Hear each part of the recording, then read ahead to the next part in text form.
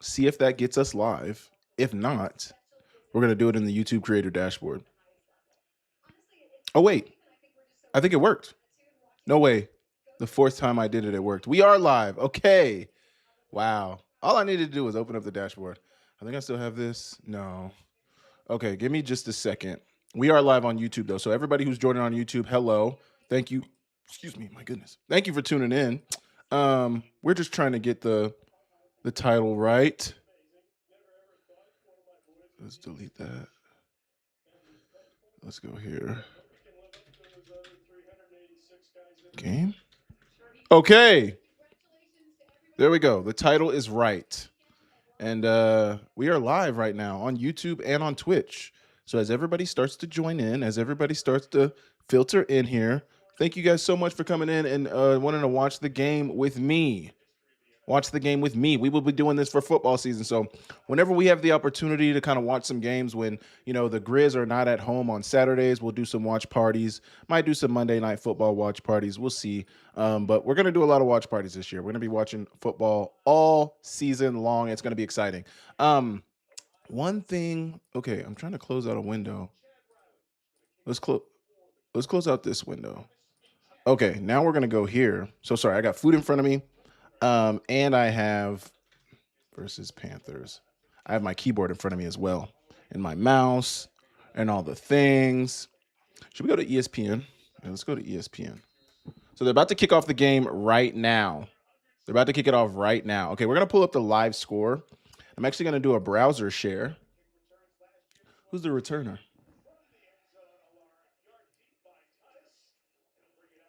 I have no idea who that is. Trying to learn some of these names. Tyus. Somebody named Tyus.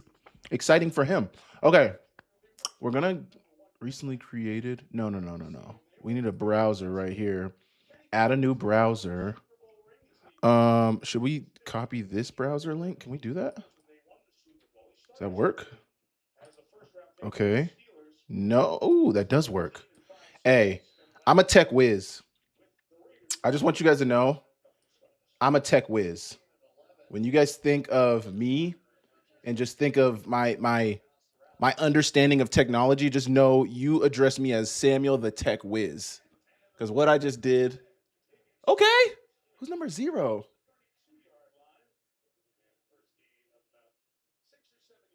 I need a name. I need to take this out too. Sorry. I was listening to a podcast when we first got on here.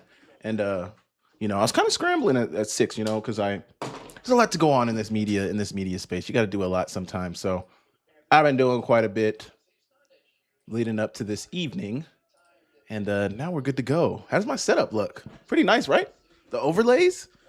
I remember I used to pray for times like this to have overlays and just have my setup look like this. Now I got the computer.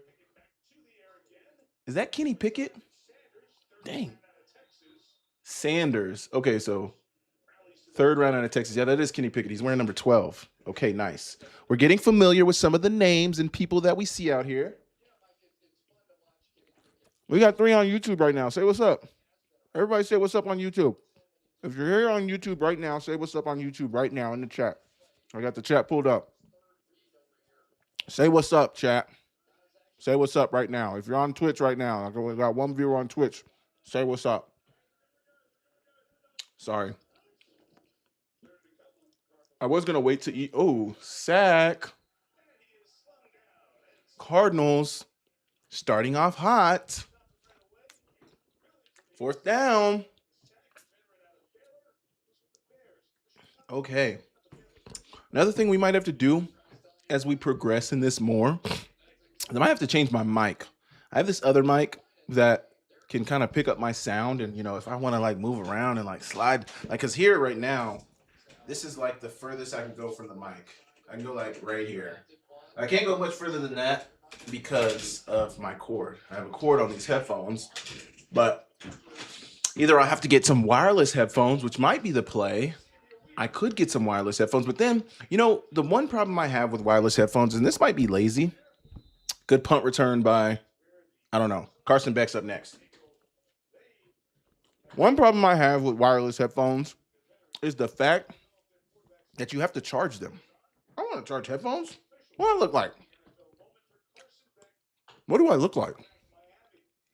Carson Beck, here we go. Dang, he only lost 6 games in college.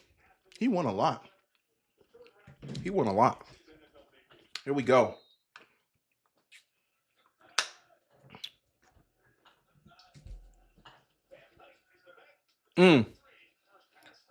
Nice simple pass, keeping it simple. OC, the OC's keeping it real simple to start the drive. Oh my god, so good. One thing that was different when I was watching basketball is like the time. The ESPN app and the web is always faster than where I'm at.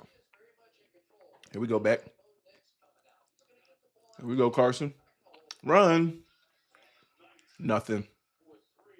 Man, I don't know. I don't know if anybody of importance is playing in any of these first preseason games. I mean, what's Carson Beck? Carson Beck's got to be like third string, right? Third string? And then Kenny Pickett, he's probably third string too, right? Second or third string? I mean, dang. But these games are really important. Make no mistake about it. Make no mistake about it. This game right here and these games. Okay, Carson. First down, using his legs. Okay. These games right here, make no mistake about it. Somebody will earn a roster spot from these games right here. So, yeah, all the starters and everything might not be playing. These games mean a ton. Man, I just watched one of these receivers fall.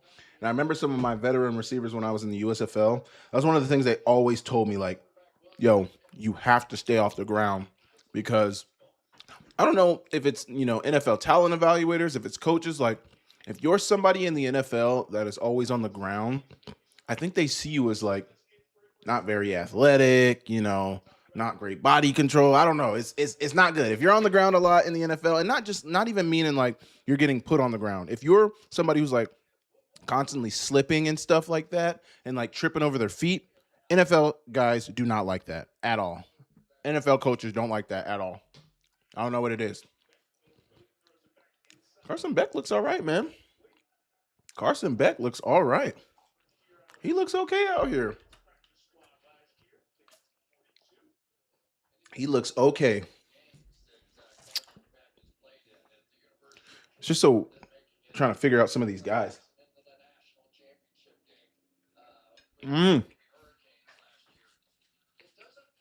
My gosh. My gosh.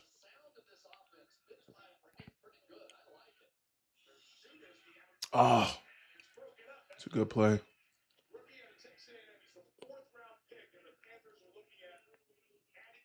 Fourth and 2, go for it. Who's the receiver, though?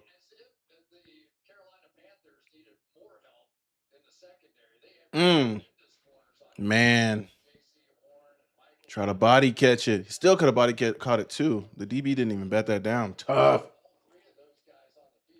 Are they punting? Yeah, they're punting.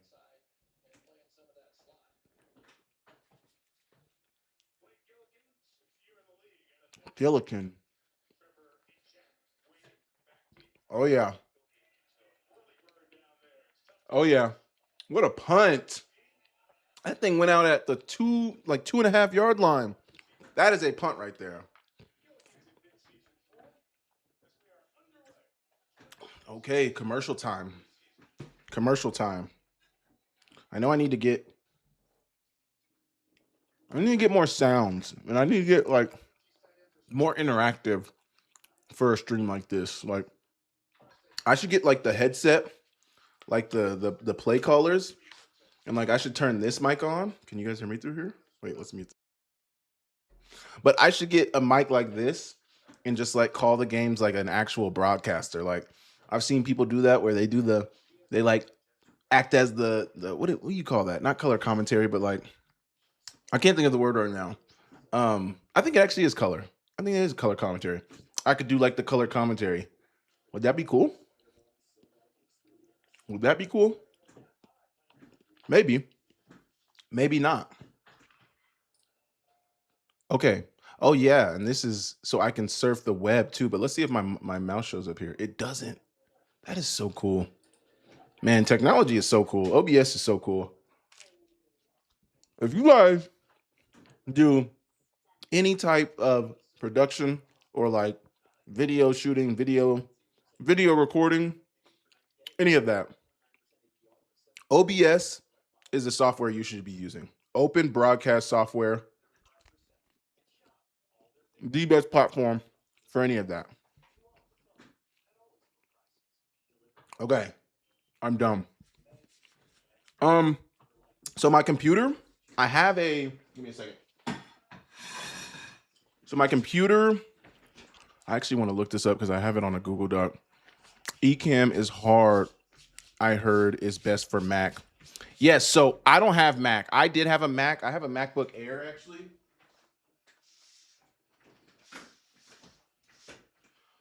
So I have a MacBook Air right here, which is good for like things I need to do for work and everything like that. And this used to be what I did my work, and my video stuff on. And I would just use the Mac camera, but the processing speed and the CPU is just not fast enough for what I want to do. And I didn't have a Mac PC, but I thought maybe if I got a Mac PC, that could maybe fix some of the issues I was having. Because like at times when I went live, my frames would drop so drastically when I was live on my PC on my Mac, and it just wasn't conducive. And I knew I wanted to do stuff like this, like live stream, and I wanted to do more, but my computer didn't have the capability to do that. I'm sorry, I'm pulling up what my PC is. I have all the specs and stuff like that in a Google Doc, so I'm trying to pull up the Google Doc right now. And it was a minute since I've looked at this. And they're backed up. Give me just a second. Let me find this. Actually, let me put this mic away too. I do not need this. Okay. I'll find it for you. Give me just a second. But write it down when I find it, because I have the best PC in the nation. Microphone. Oh, here we go. Okay, so my PC is an Alienware Aurora gaming desktop. Actually, let me just send it in the chat. I'll send it in the chat. This is the type of PC I have. So it's on a Alienware Aurora gaming desktop, Intel Core Ultra 7 265 F to a 2025, 32 gigabyte memory, NVIDIA GeForce. So all of that good stuff, all the specs. I did look into building a PC myself, and there's actually a website that you can go to that somebody showed me. I think it's pcbuilder.com. Let me see. No. PC Builder website. So there's actually like a PC. Oh yeah, PC part picker. Let me send this link into the chat. So this is actually where you can go if you're looking to build a PC. Now, PCs can range from, I think you can get them for as low as like 800 to as much as like, they can run to $10,000. Obviously, I didn't pay that for mine, but just depends on what you want. Like Alienware, I would definitely say also if you're looking at getting a PC, I would say look up the specs of what you're looking to get. Look up the specs. Go to PC Part Picker. I have a Lenovo now because I needed i7 to run the programs I needed. Okay, so you already ahead of the game for me. What has been your thoughts about the Lenovo? Is that what I have? Is that what Intel Core Ultra 7? Is that i7? Because I'm still, obviously I have a PC, but I'm not like a pro or anything. Like I literally have no idea if what I have is, I don't know. So if you know what I have and if what I have is good, please let me know. All my friends who have PCs told me that what I have is really good for what I want to do, which is video editing and video production and all that good stuff. Like I needed to be able to do all of my video production and everything at the fastest speed possible, and that's what my PC allows me to do. So I'm happy with it. But I did hear that making upgrades on like the Alienware sometimes can be kind of difficult. So yeah, that's the one thing that maybe if I ever look at doing something more, that might be difficult. But no, I love my PC. My PC's been great, man. It's been great. It's been absolutely great. Oh, IDK either. Only reason I know is because I looked it up after my last Mac was so slow exporting videos. Man, I love Mac, and I have an iPhone, and I had a MacBook before this new MacBook that I got in 24. But the one thing I would say about the Mac in terms of what I want to do is exactly what you said. Like it just takes too long, man. Like you can't. And the biggest thing with the PC is the fact that you can multitask, like the ability to be able to multitask and do. So, like, think for example, right now, like I'm live streaming and my OBS is pulled up right here, but then I have the I'm actually watching the live stream right here and looking at the views and everything and that. But also I have the overlay, the Hall of Fame game overlay on there as well, and I mean, it's just I have so many programs running, which probably isn't good. Like, I probably need to start closing out more windows, but the ability to be able to do so many things. Like, if I wanted to upload a video right now while I'm live streaming, I think I could probably do that. Now, I'm not going to do that, but I think I could do that. But yeah, I mean, from the PC to the Mac, it was like night and day. And I remember when I first got my Mac, I was like, yo, this is probably the fastest computer. This is the fastest laptop I've ever had. And it's just not even close with the PC.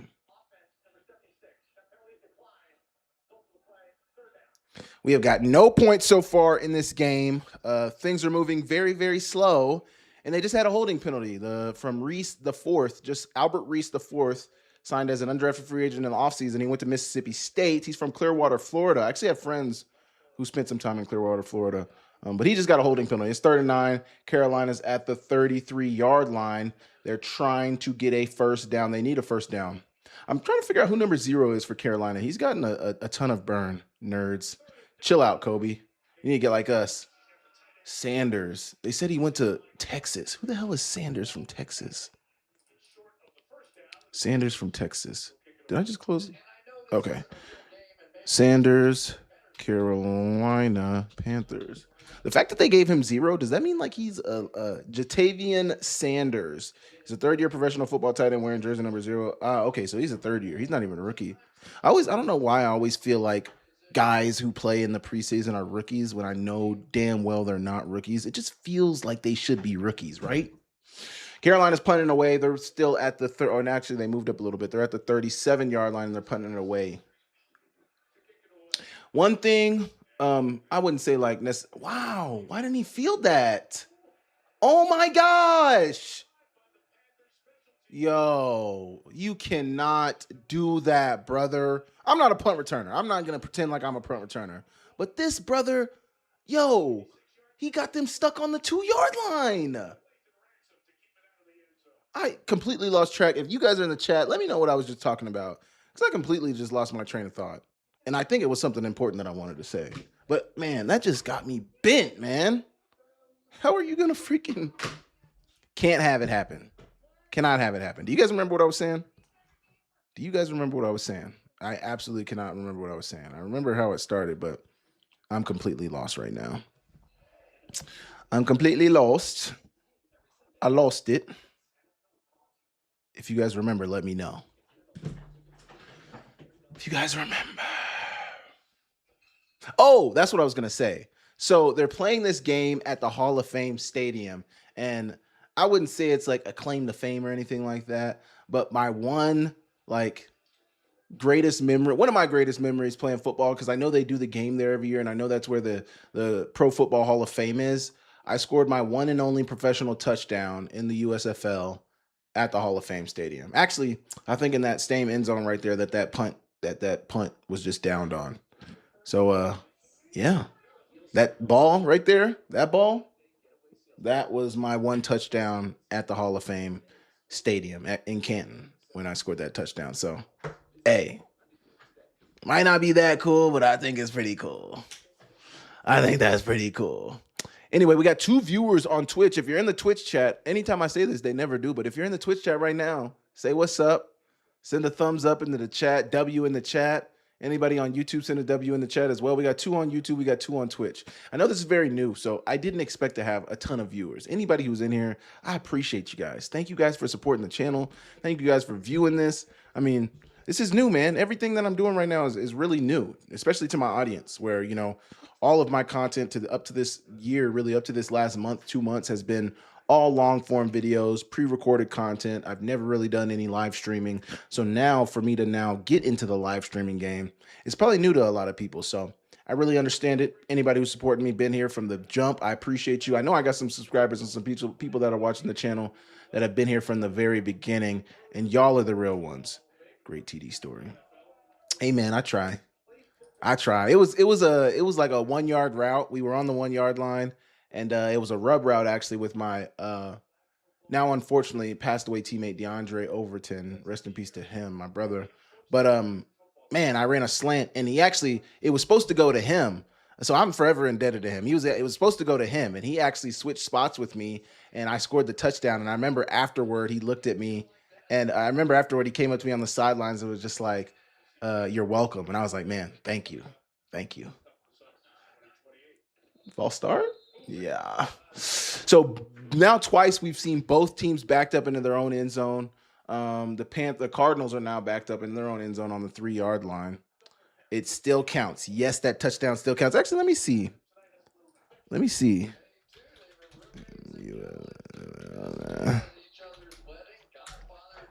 That was actually my only reception in that game, I think, too. I think I had one reception, one touch. Yeah, so here, look. My one touchdown. Check me out. Check me out. Oh, shoot. Okay. Here's what we're going to do. There we go. But check me out, though. One touchdown. Better than nothing. Definitely better than nothing. I think that's pretty cool. I just want to see if my chat was up here. No, it's not. Nothing's up over here. There we go. What's up, multi? No. So I've been toying around with like how to do this chat better. And like on a screen like this, we don't need the full chat up. So we can just put the half chat up right there. Anyway, we're back to the main screen. Okay. We got one viewer in here. I think it's you, Kobe, and I appreciate you, Kobe. Thank you for tapping in. Thank you for always tuning in. If anybody else wants to tune in, we will be here watching the Hall of Fame game. Dang, their defense improved majorly in 2025. Majorly. They were last in the league to like middle of the pack. 3rd and 7, Cardinals on the 6 yard line, 7 yard line, actually. Carson Beck's going deep. He found somebody. Hey, okay. Jalen Brooks. I have no idea who Jalen Brooks is, but he has got a reception for a big-time gain. They go double move? Out and up? No. Oh, they get hitch and go, and he didn't even sell the hitch, and that's the 4th-round rookie that they were talking about, Lee, for the Panthers. Carson Beck with the deep shot. Carson Beck has looked okay so far, man. He has looked okay. Chase Mason, our top 3 MVFC QB. Top 3? Are you serious? Are you serious? In my opinion, Chase Mason is better than. I mean, man. Okay, actually, let me look. That's a good question. MVFC football standings. The only reason I'm going to the standings is because like sometimes it's hard to remember. I know there's only 9 teams. I know. But I just want to see the teams, and then the quarterback will come to my head. The quarterback names will come to my head. Okay. No, there's no more North Dakota State. There's no more North Dakota State. We need to take them off. Anyway, okay, we'll forget about it. Another good run. Cardinals are moving the ball. They might be on the way to score. Okay, South Dakota does not have a quarterback. North Dakota State's no longer in the conference. Illinois State doesn't have a quarterback. Youngstown State, Bo Brungard, is the best quarterback in the MVFC. You got North Dakota, who's North Dakota have? Jerry Kaminsky. South Dakota State, Chase Mason. Southern Illinois, DJ Williams. Indiana State, Northern Iowa, Murray State. So really, him, yes, I would say Chase Mason is top 3. I would say at number 1 is Bo Brungard.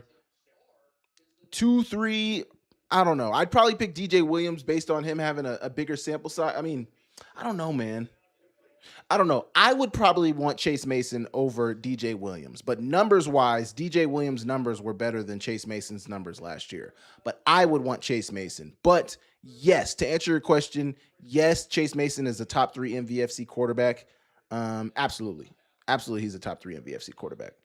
I don't think you can really argue that. The reason I was surprised, I'm like, what do you mean? Like, of course he's a top 3 quarterback. But then you think about Jerry Kaminsky, you think about DJ Williams. You know, some people might have Jerry Kaminsky, some people might have DJ Williams ahead of him. But no, I like Chase Mason top 3.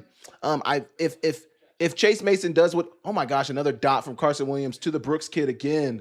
Or Carson Williams. Did I say Carson Williams? Carson Beck. Carson Beck, another good a good throw across the middle for another first down. Westbrook, Kaminsky, and Williams will beat him out. No, no. They're not going to beat him out. But if Chase Mason does what he's supposed to do, if Chase Mason plays a full season and plays how he optimally should play, if Jerry Kaminsky plays, I don't know. I don't know what Jerry Kaminsky's ceiling is, but I see Chase Mason as he can be the second best quarterback, because if Bo Brungard does what he did last year, or even close to what he did last year, nobody's going to pass him in the VFC. Maybe Cole Payton, had a cleaner season last year just because, I don't know, but Bo Brungard number 1, Chase Mason 2, DJ Williams 3, Jerry Kaminsky 4 for now. But that could all change in the offseason. We don't know. Hey, if you guys are watching this for the first time, if you guys are watching my channel for the first time, make sure you guys hit that subscribe button. I know we only got 4 people total watching the live, but if you guys are new, hit the subscribe button right now. I don't have any music to play for you. I wish I did. I need to get some music. But if you guys are watching the channel for the first time, man, hit the subscribe button. Leave me a subscribe. Like this video right now. Tell a friend to come watch right now. We're watching the game. Carson Beck is moving the ball, man. Do you think Nathan Hayes will be successful in the Mountain West? Man, I don't know. Because if you look at Nathan Hayes' numbers, has he really even played? How much has Nathan Hayes? I think I tried to look at his numbers a couple of weeks ago. I feel like I looked at these recently. But has Nathan Hayes really even played a bunch? Let's look overview. So last year, he completed 56% of his passes. That's not great. 381 yards, 4 touchdowns, 1 interception. Now, that was a small sample size. Another first down for the Cardinals. They're inside the 15-yard line. They're in scoring position. And then in 2024, Nathan Hayes was 12 of 19 for a 63% completion percentage, 214, 3 TDs, no interceptions. I don't know, man. It's hard to tell right now. And he had the same amount of carries, similar rushing yards. That's actually crazy. 2 seasons apart, 7 carries, 88 rushing yards, 1 season, 90. The next season, 1 touchdown. Interesting. Mason and Williams need healthy seasons. Mason and Williams definitely need healthy seasons. Nathan Hayes, I'm not sure. The jury's still out on Nathan Hayes right now. Let me see. Let them play Fordham, and then I'll give you an answer on what I think about Nathan Hayes. Let them play Fordham, and then if I like what I saw against Fordham, because I will be talking about that game. Actually, no, Jackson State. Jackson State is their first game. Let them play Jackson State. Once we watch the Jackson State, how he looks against Jackson State, I will be able to tell you more of what I feel about. If you guys want to hear me talk more FBS football, make sure you guys tune into the Wednesday shows in the morning. I will be going live on Wednesdays. Monday mornings will be Akem's Analysis FCS, as it always has been. Tuesday will be NFL, but Wednesday mornings will be FBS football. And I'm going to try to talk a lot of G6 football, like the NDSUs, the Sac States, the UNLVs, the New Mexicos. I will be talking. Oh man, he's short. He's short. Carson Beck is dealing right now. They are knocking at the front door, and they're going to take it into the second quarter. But Carson Beck is definitely dealing right now.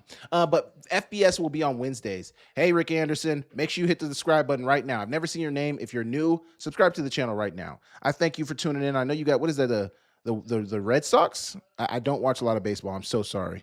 Is that the Red Sox? I don't know. The Montana Techs, LOL. Did I say Montana Techs? Not the Montana Techs, but you know the schools that I'm talking about. I'll be talking about the FBS schools, obviously. Cardinals. Okay, that's the Cardinals. Okay, well, thank you for tuning in. I can't see it. My eyesight is not great.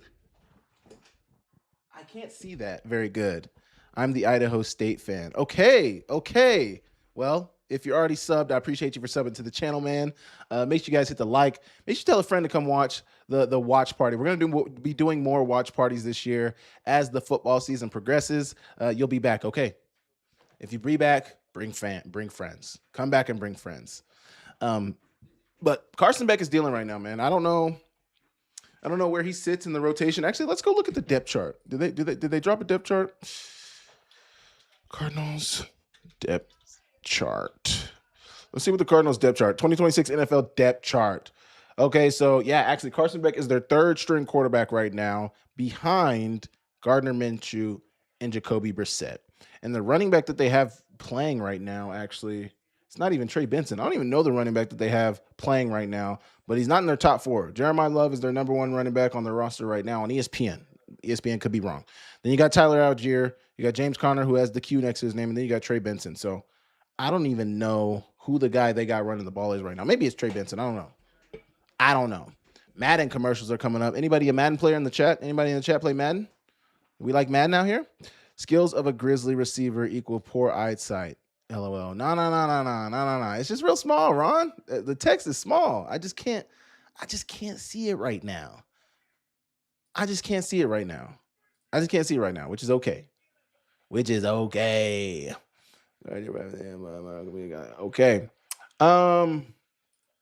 We got one viewer on Twitch. Thank you, whoever you are on Twitch, for viewing the channel. Thank you so much for being a loyal supporter. I don't know. I feel like my Twitch might be glitched, though. Because sometimes, like, first off, I've said for the Twitch person to send who they are in the chat, send a thumbs up or something. But also, too, on Twitch, even when I go live on, like when I used to go live on my Xbox on Twitch, it would always say that I have one viewer. I have no idea who that person is.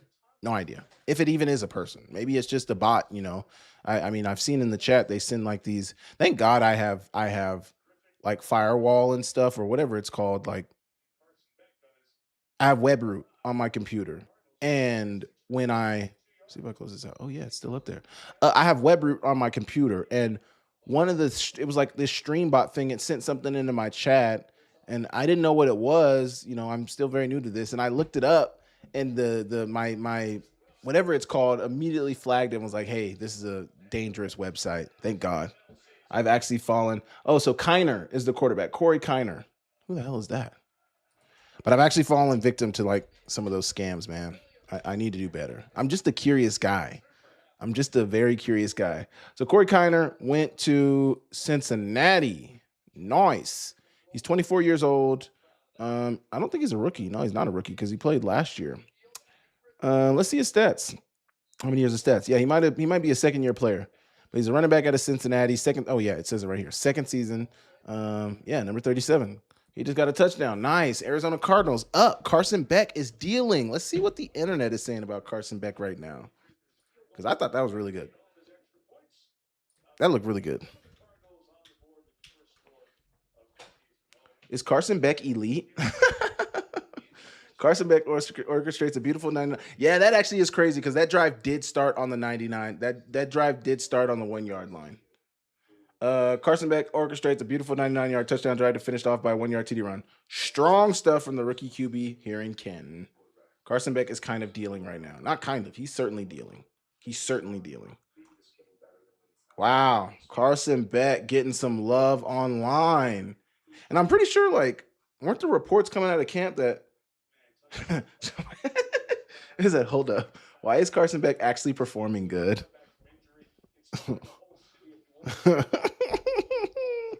The internet is undefeated, man.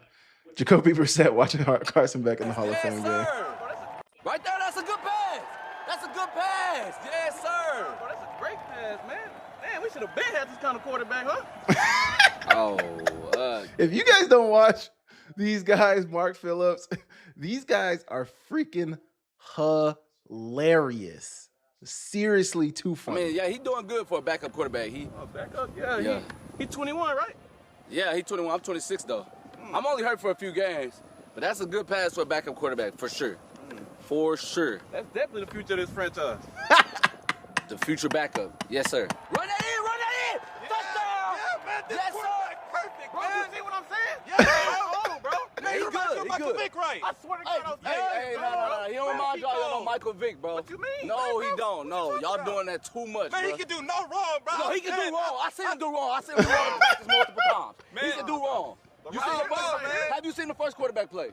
I mean, yeah, but you should see what he did, though, man. Man, this quarterback perfect, man. I'm trying to tell you. That's me, though. That's me. Oh, my Bro, God. this quarterback is perfect, man. Shut up, Go, man. man. Shut up. What, man?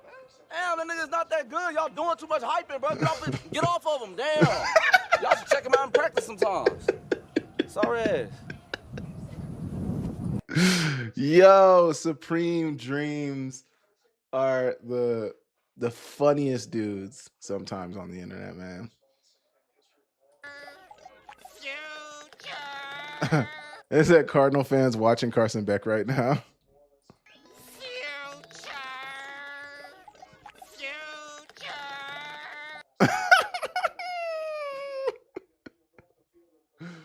Oh, man. So the Cardinals just kicked the ball off back to the Panthers, and the Panthers, are about to get on the move. They're about to pick things up.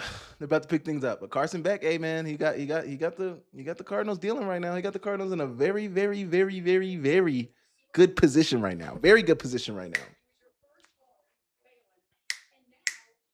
It's kind of crazy though that they do this Hall of Fame game. It's not crazy that they do the Hall of Fame game, but it's crazy that they do this game and then there's not another game until next week. Like, why not just start everybody this week? Why do we only have to start one this week? Why can't everybody start their game? We got 4 viewers on YouTube. If you just joined, say what's up in the chat right now. We got 4 viewers on YouTube right now. Say what's up in the chat right now. Send some love in the chat right now. Send a W in the chat right now. If you're watching the Cardinals Panthers game right now with me, send a W in the chat right now. They hand it off to number. Ooh, this guy's scooting. Who is this? ETN. That's Trevor Etienne, right? Dang, is that Drew Brees' son? What do you think of all this in this moment and how proud you are of your dad? I think it's an amazing experience seeing his. So funny seeing NFL players' sons. You can definitely see the resemblance in Drew Brees' son. So nobody in here right now in the chat right now is watching this game. No W's in the chat. Nobody's watching this game with me. Oh, in the flats, easy money. Oh, take off. Oh. John Mechie. Okay. Wasn't John Mechie on the... Where'd he go? Was he on the Eagles last year? Or John Mechie was in a few places last year. Either way, he looked good right there. He was scooting right there. My goodness. Imagine if John Mechie never tore his ACL. Imagine if John Mechie never tore his ACL. Would he have been a first-round draft pick, maybe? Drop back. Kenny. Kenny's got an answer. Oh, stay up. David Moore with the catch. I feel like David Moore has been in the league for a long time, man. He has. David Moore used to be with the Seahawks. He got drafted in 2017. David Moore's almost been in the league for 10 years. He's 31 years old. Last year, he had 1 reception for 5 yards. Let's look at his stats. David Moore, man, this guy. Yeah, he's had a ton of stats. His best season was his first year, actually, or 2018. Oh, sack. Oh, no, Kenny. Get loose, Kenny. Way to escape the sack, though. Looking for John Mechie coming back to the ball. His best season, David Moore's best season, was with the Seattle in 2018. 26 receptions, 445 yards, 5 touchdowns, 2 fumbles, though. Not good, my boy. Not good. Not good. He was drafted in 2017, round 7, pick 226 to Seattle. Hey, from a 7th round pick to now a almost 10-year career, 9-year career. Hey, some people would die for that. I wouldn't die for that, but that would have been a great NFL career for sure. For sure. Here we go. Kenny Pickett drop back, clean pocket. Just check it down. Just take the easy money. He's at the first down. He hesitated throwing that. Throw it. Get the ball into his hands. Live to fight another down. I'm not a coach, so he definitely shouldn't listen to me. He knows more ball than me. Let me be very clear about that. Look, he pumped it. Throw it. You see it, throw it. It's easy. Take the easy money. I don't know why when I watch the stream on YouTube, it gets behind sometimes, and I don't know why. What have we been on here for 45 minutes? Oh, tight end leak. Oh, that was a decent ball. The tight end leak. Mitchell. I don't know who this tight end is. Show us a replay. Replay, NBC, please. Thank you. Oh, they didn't show the whole play. That was a good pass breakup by that linebacker, man. That's actually a really good pass breakup. No eyes on the ball. Hey. Oh, look at Bryce Young. He's like, oh, touchdown. No, not a touchdown, actually. Okay, 2nd and 10. Kenny Pickett. You don't have to get it all in one play. Get an easy run. Oh, they're dropping back. Check it down. There we go. Running back, first down. Okay, Kenny Pickett. Inside the 5-yard line are the Panthers. Who is that? Dillon? Man, when did A.J. Dillon get to the Panthers? What is happening to the league, man? When the hell did this guy get on the Panthers? Anyway, great catch and run. Hand it off to him. They're handing it off to him. His own run to the inside. No, a little power. man, guys just bounce off him on the 1 yard line. Carolina Panthers knocking at the door to answer the Carson Beck drive. They gotta, so Kenny Pickett and Carson Beck are just going back bar for bar right now. They gotta let Carson Beck answer, right? You can't just let Carson Beck not answer this touchdown. Like, hey, I scored. Kenny Pickett went and scored. Hopefully, we'll see. 2nd and goal right here. AJ Dillon in for touchdown. Tie game right now. You have to let Carson Beck get back on the field and answer this touchdown. You have to. If you're who's the coach? I don't even know who the coach is. Canales is for Panthers. Who's the coach for the Cardinals? Isn't it that guy Mike? Mike something. Help me out, Rick. Isn't it Mike? I would hang Samuel, but I have a friend over. By the way, who are you going for? I'm not really going for anybody, Rick. I'm actually not really going for anybody. I mean, I just like ball. I think these are 2 great teams, and I just want to see everybody have a good time.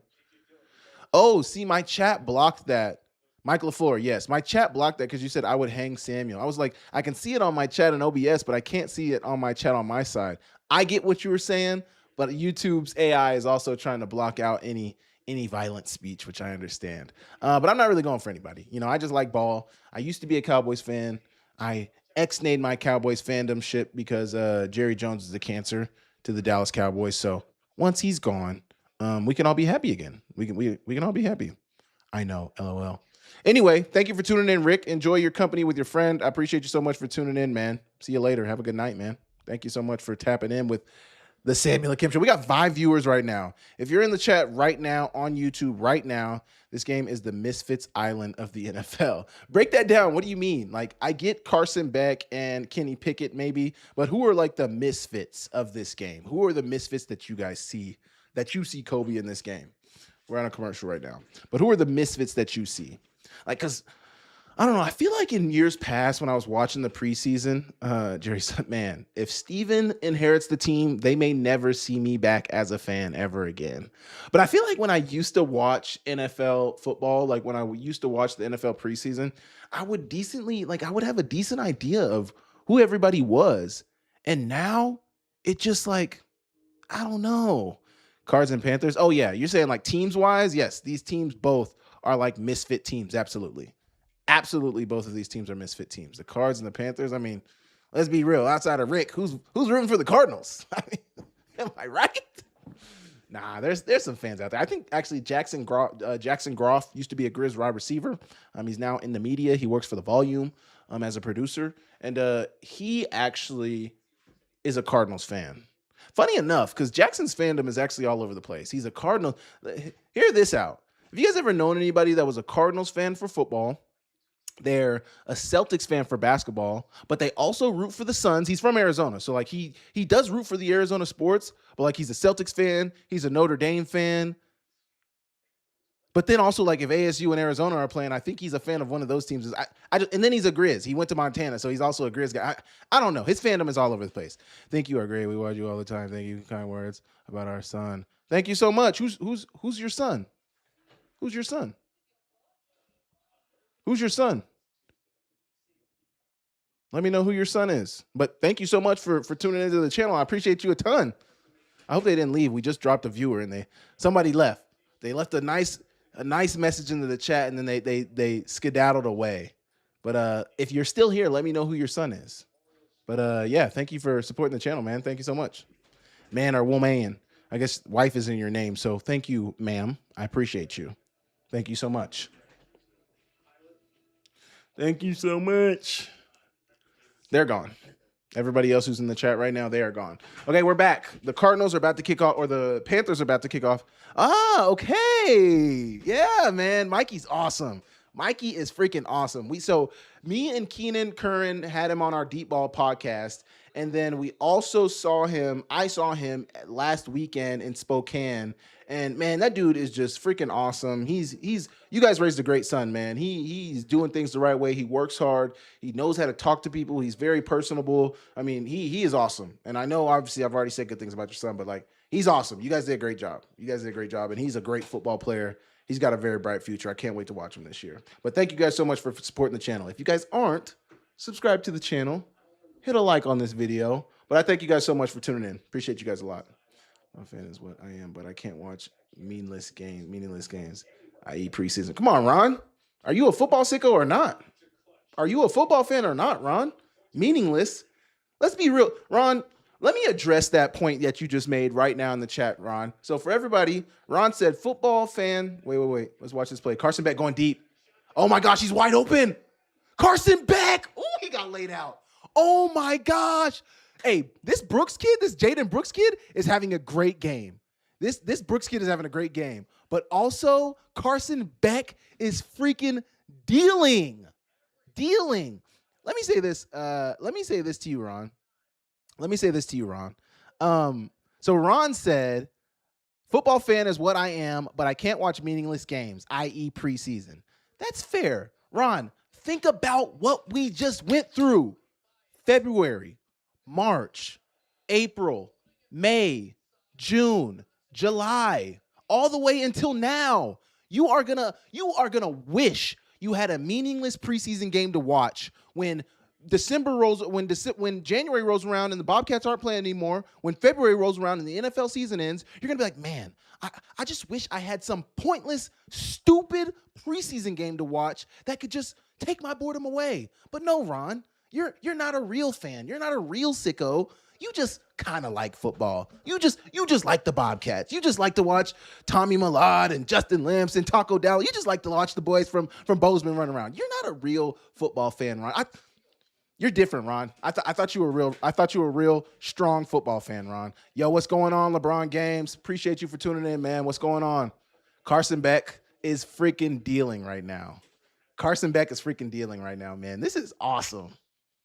Is Carson Beck gonna win over the internet? Because you guys saw when I just searched up his name. Let's search up his name again, and they're gonna have that video. Unfortunately, when I do these live streams, because I also live stream on YouTube, what's the night? Twitch isn't as strict on the what do you call it? Twitch isn't as strict on the copyright strikes, but YouTube is very strict with the copyright strikes. So I will not be showing any game highlights or anything like that on this.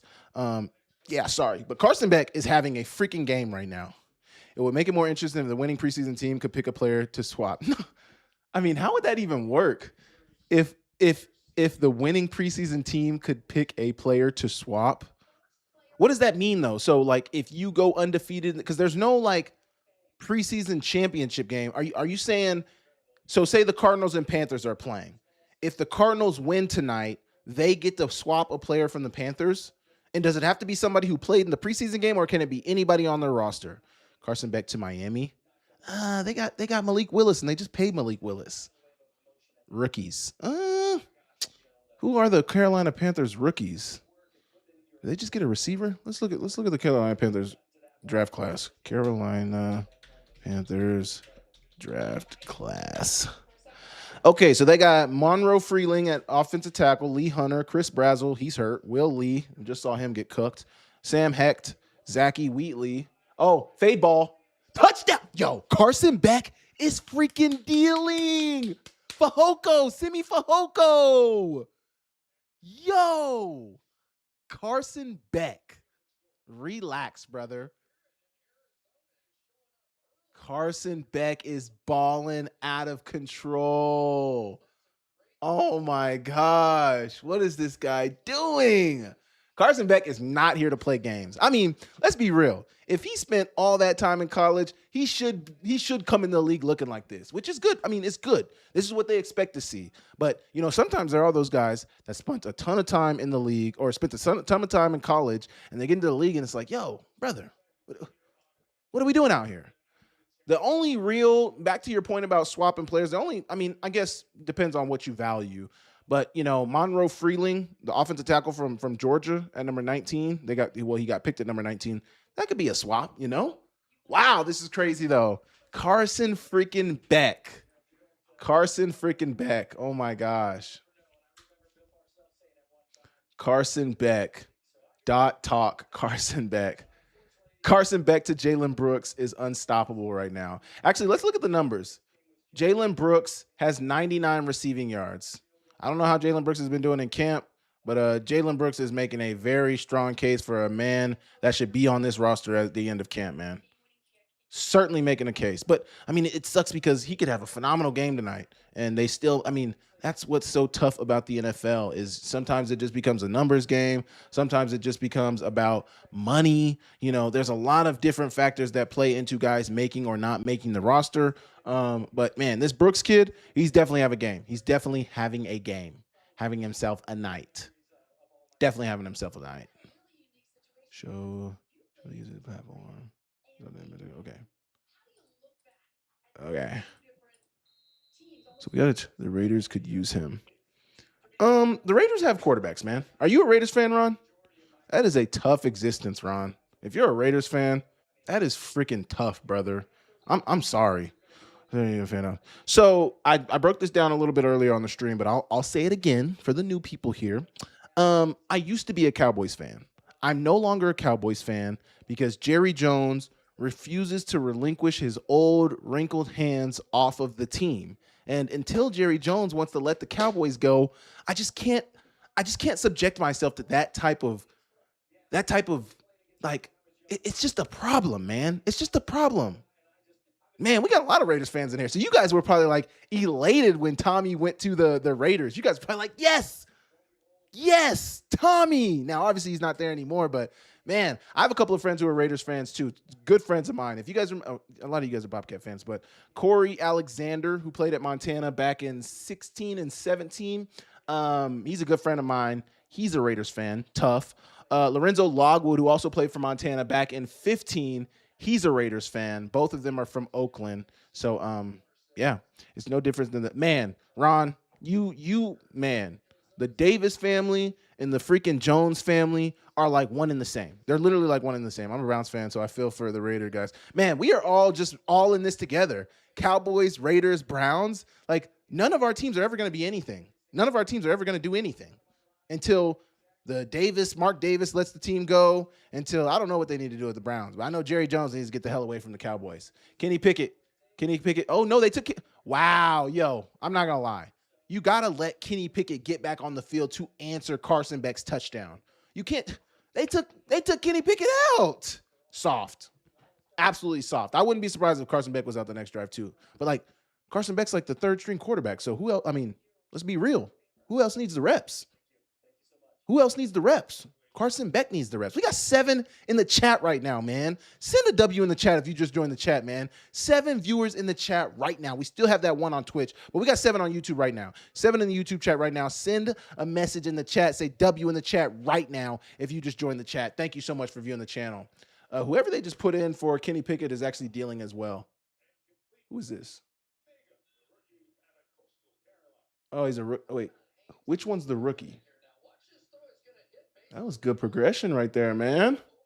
Working through his progression, starter left W. Thank you. Dazen D and Kraz D10. Make sure you subscribe to the channel. If you guys just joined the chat, those new viewers that just joined the chat, subscribe to the channel right now. We're going to be doing more watch parties this year. I appreciate you guys for tapping into the channel, but subscribe to the channel right now. You're waiting in the parking lot until Jones has left the building and run them over. Save your team. Relax, Ron. Relax. Haynes King. Okay, Haynes King is in at quarterback for the Carolina Panthers right now. He had 2,900 passing yards last year, 14 touchdowns, 15 rushing touchdowns, and almost 1,000 rushing yards. He was ACC Player of the Year. Dang, I didn't know he was ACC Player of the Year. Haynes King. And my team just won the Super Bowl, also W. Isaac. So actually my wife, I'm like kind of a Seahawks fan. I'm not, but I kind of am because my wife is a Seahawks fan. So like, you know, I don't get... Oh my gosh. Oh man, he's a little bit out of bounds. Haynes King is trying to throw it deep right now. But like I'm kind of a Seahawks fan because my wife is a Seahawks fan. So like, you know, we are one and the same. We go together. So if she's a Seahawks fan, I'm a Seahawks fan. She was rooting in the Super Bowl right there, and I was right there next to her. Not necessarily cheering them on, but I was just a fan of the game. But hey, Super Bowl champs, man. It's crazy the Seahawks have won 2 Super Bowls in my lifetime. I can't believe that. I cannot believe that. Okay, here we go, Haynes King. 3rd and 6. Just get the first down. Oh, my gosh. Good ball to John Mechie for the first down. Haynes King is now dealing. Haynes King is now driving the ball down the field. Hey, Ron, let's relax there. We do not do that. We do not. This is not a house divided, Ron. This is one band, one sound. When it comes to college, this is like, my wife isn't even really a big college football fan, but if she did root for a team, it would be the Grizzlies. This is a one band, one sound when it comes to, now, I don't technically root for the Grizz anymore because I'm a media member, so I cover the Grizz. But hey, we almost threw a pick. Chill out, Haynes King. Kenny Pickett wasn't doing that. Kenny Pickett wasn't putting the ball in harm's way. You got to chill out, Haynes. You got to chill out, Haynes. 2nd and 10. Here we go. Lobos. John King. Where's Lobos? Oh, he's from Texas. Longview High School in Texas. Dang, he looks like Bo Nix. Dang, he won a 6A Division II state championship. Man, I've been seeing lately some of these high schools that go to 8A. Like, we had 6A in high school in Oklahoma. They have 8A in high school in some of these states. Like North Carolina has 8A. I think Arkansas maybe has 8A. Oh, you should have taken the easy money on the quick out. Run it. Don't slide. Soft. He's soft. I'm just kidding. Slide. Definitely. Protect yourself. Slide. I don't root for the Grizz. I mean, LeBron James, you know what I mean? Like, obviously, I graduated from Montana, and obviously, I wish the best for those guys. But I can't like actively root on the Grizzlies. I can't actively sit there and cheer on the Grizzlies, even though maybe in the depths of my heart, I hope that the Grizzlies do well. I can't just root them on because of what I do in the media. I have to be objective. I have to be able to give my take on this team, that team, that team. So I try to keep my emotions as detached from the Grizz and the Bobcats and all those things as much as I can. Because if I did, no. Keenan is staking his flag on the Grizz fandom. If it came to the Deep Ball podcast and one of us had to stay strong with our team, Keenan is that guy. And Keenan will always carry the fandom for the Grizz. And he does it enough for both of us. Keenan loves the Grizz down, as he should. And yeah, absolutely. Keenan Fortiel.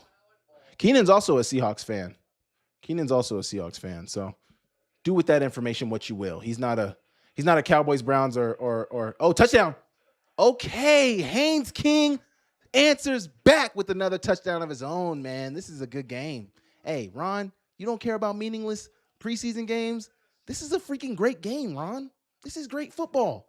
How can you say, Ron, I just want to go back.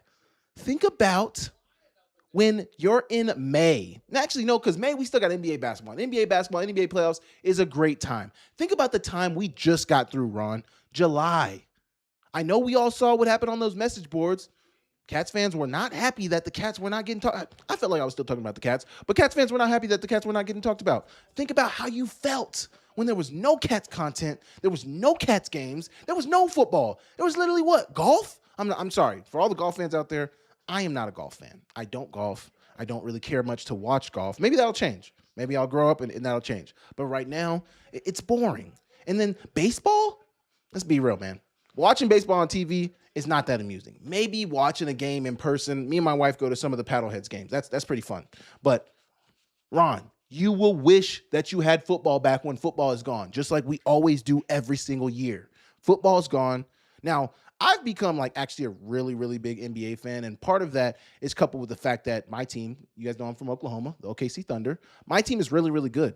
So the fact that I have a really, really good team to root for, I'm going to be real with you guys this past year. And I never thought I'd be an NBA basketball fan like this. I literally missed maybe 2 to 3 NBA games last year. Out of all the games the Thunder played, 82 in the regular season and however many playoff games they played, I only missed 2 to 3 games. 3 max. I would say 3 max. I was glued. Literally every time my team was playing, I was watching it. That is real fandom. And I don't know. I'm a real NBA fan now, man. Of the Bobcats beating the Grizzlies over. That is right in line with what I would expect your offseason to look like, Ron. Right in line with what I would expect it to look like. I wouldn't expect your offseason to look any different. Oh, rushing yards, man.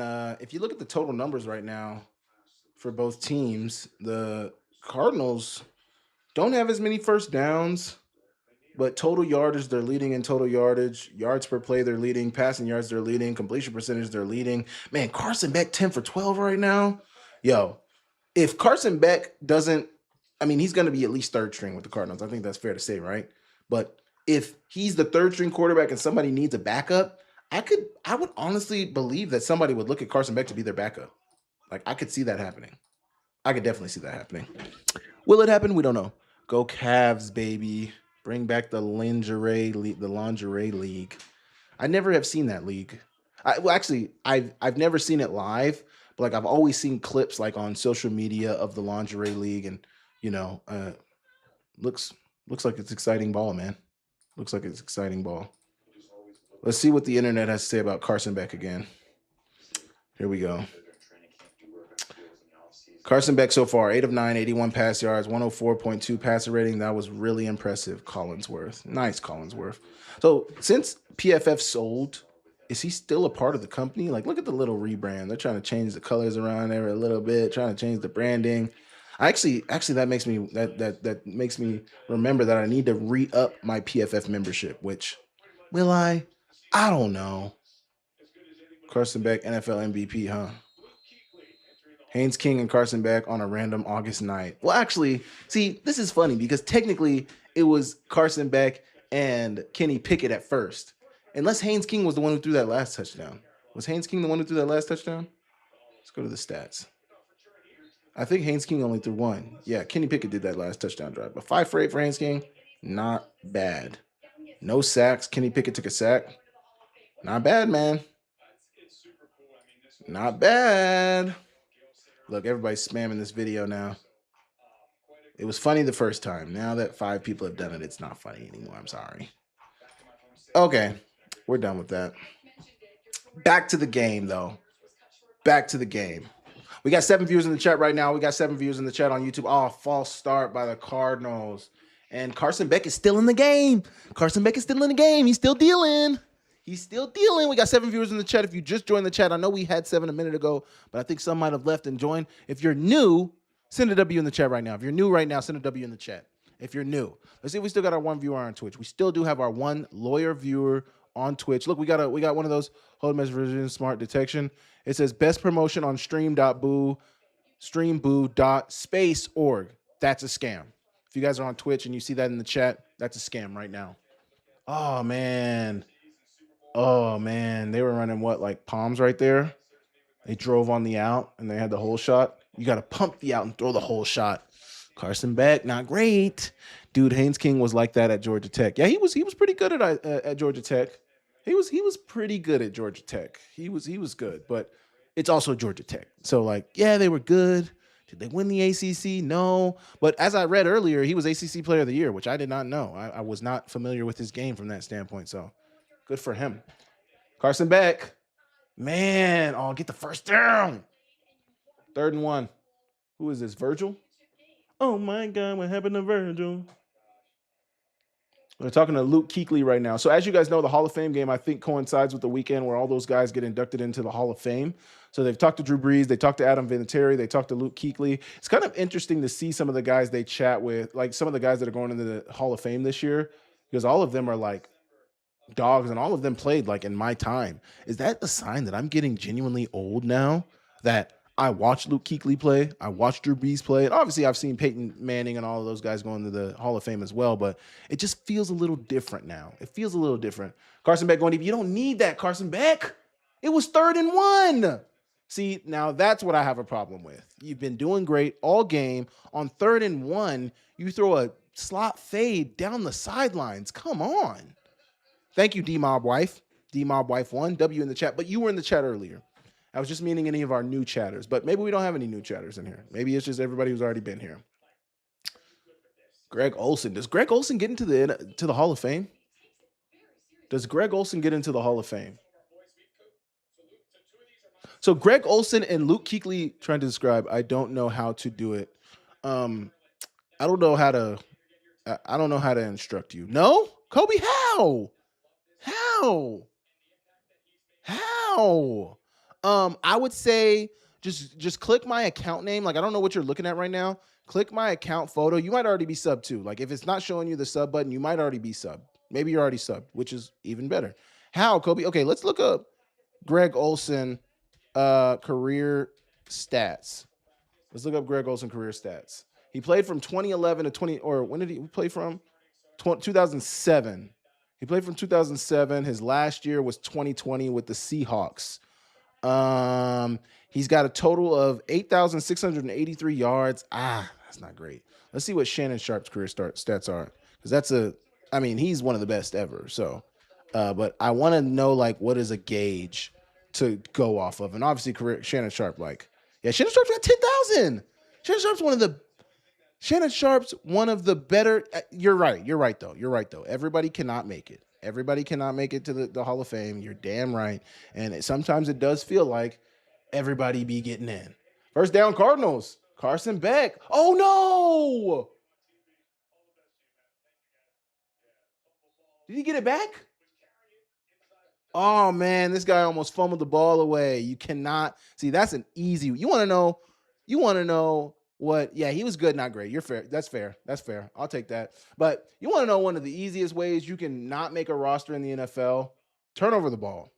Unless you are like a first round draft pick and you are turning over the ball, they are not going to stand for that. They are not. Ball security is job security. I heard that in high school. And I wasn't a guy. I never fumbled in college, and I never fumbled in high school. I never fumbled the ball. Never. Go back and look at the stats. I never once fumbled the ball. Ball security is job security, man. You cannot turn over the ball and expect us to trust you. We can't trust you if we can't. That's why I'm so surprised. That's just what proves how good Kyren Williams is, because Kyren Williams, for his first couple of years in the league, was a turnover machine, and he still is a little shaky at times, but he's freaking that good. And that's like, your talent has to outweigh your negatives. If your talent doesn't outweigh your negatives, they're not going to stand for that shit, bro. They're not going to stand for it. While we're sitting here, I just want to emphasize for a second, Sportsbet Montana, the official betting partner of the Kim's Analysis and the Samuel Akem Show. If you guys are looking for any special bets this season, please make sure you guys go tune into Sportsbet Montana, the official betting partner in the state of Montana. They do a phenomenal job. Akem's Locks will be back. So I have never done special bets for the football season. I'm starting Akem's Locks this year. I kind of rolled it out a little bit during the March Madness tournament, but we are going full-fledged special bets this season with Akem's Locks. So make sure you guys stay tuned in with Akem's Locks. It's going to be great this football season. I cannot wait to roll that out for you guys. I'm talking with the people at the lottery right now, and we might be rolling some out next week for the preseason games. But if not, be looking out for the first week of college football season. That is when we'll be rolling out the special bets, but it'll be phenomenal. Antonio Gates, absolutely. But Antonio Gates is in the Hall of Fame, Kobe, right? Antonio Gates is in the Hall of Fame. Let's look at Antonio Gates' career stats. 11. Dang, Antonio Gates has more receiving yards than Shannon Sharp, but also he played in a different era than Shannon Sharp. But yeah, Antonio Gates is in the Hall of Fame. Well deserving to be in the Hall of Fame. What is the bar for a tight end? 140 bet on the Big Sky alone last year. Ron, 170, Ron. 170. Is that not freaking crazy? You underselling it, Ron. 170 million. Is 10,000 yards, should that be like the bar for a tight end to make it into the Hall of Fame or not? A nice stadium, Ron. That would build a nice university. 170 million? Oh my goodness. Just imagine what you could do with 170 million. Yeah, that would build some nice stadium renovations for the Bobcats. Add on to that stadium, get up to 25 to 28,000. That would be nice. That would be real nice, man. Very, very nice. Oh my goodness. So one thing I've been thinking about, and I just saw this in my picture right here. If you guys see right there, you guys see that white box right there next to my shoulder? So that is actually our router. And one thing I've thought about, which one thing I used to search up all the time,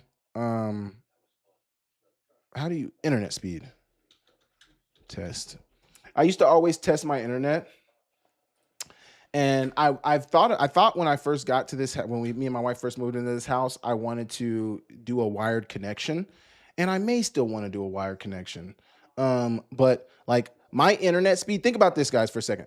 My internet speed when I lived in Alberton, it was like my download speed would be like 30. My upload speed would be like, maybe my download speed might be 40 or 50. I think it was usually around 40 or 50. My upload speed would be around 15 to 20. Like, it was terrible. Look at my freaking internet speed now. We have the whatchamacallit. We have the it says Grangeville, Idaho. I'm not in Grangeville, Idaho. But we have the broad, like the what is it? Help me out. The fiber internet. We got fiber internet right now, and this shit is zooming fast. Do you guys see this? Do you guys see 400 download speed? I literally, when I download stuff, yo, it's like that. It is like the speed of like 300 upload speed. I never thought this would be my life. I never thought we'd have it this good in the internet. I never thought the internet would be this good, but hey, 234 upload speed. That is some good internet right there. That is some amazing internet right there.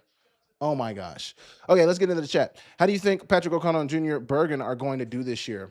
I don't know. I actually want to see the preseason games. I think Pat, Pat's obviously been in the league a little bit longer than Junior. So, and also Pat, I think Pat's got a good thing going with the Seahawks. He's definitely a special teams ace. Like he plays the special teams and he plays it at a very high level. So I think that gives Pat some job security. But Junior Bergen is also a returner. And from what I understand, he is kind of probably their best returner at this point right now because they don't have Skylar Moore anymore. And, dare I say, Junior Bergen's already a little better than Sky Moore anyway. But I don't know. I think Junior is going to really have to. The one thing that I think really helps out Junior right now is the fact that, and you never wish for injuries or anything like that, but it's the nature of the business that they're in. The 49ers are dealing with a ton of injuries at the receiver position right now. You got to think about Mike Evans, the Stribling, the receiver they drafted in the second round. There's like Ricky Pearsall's out for the season. So those are things that really can help Junior make the roster this year. Really, really help him. My modem is russet potato. I have no idea what that is, but that must mean your router is bad. Come on, Carson. Carson, not good, brother. Dang, they just fell on him. Man, anytime I see like a big guy fall on a quarterback and he's like on his shoulders on the side, I always think about when I broke my collarbone because I didn't even get fallen on by an offensive lineman. I got fallen on by a cornerback and they broke my collarbone. So just think about that. They're showing Haynes King film right now. Haynes King in the end zone. By the way, I haven't really been commentating the game. Carson Beck and the Cardinals are in the red zone. They're in scoring position. I think it's either second or third down coming up for Carson Beck. I don't know if it'd be, I think he just took a sack. But they're on their way to score. Oh, it's fourth down. They're kicking a field goal. Dang, Carson Beck. Not great from Carson Beck. Let's see if Haynes King can answer. 2-minute drive for Haynes King when they come back out on the field. A minute 50 left to go in the first half. Minute 50 to go in the first half. And the Cardinals are going to be, the Panthers will have the ball after the Cardinals kick this field goal. Let's see if the field goal is good. Oh, it's already good. I can see the score on my screen. It's not that far of a field goal. It's like a 30-yarder. Dang, they almost blocked that.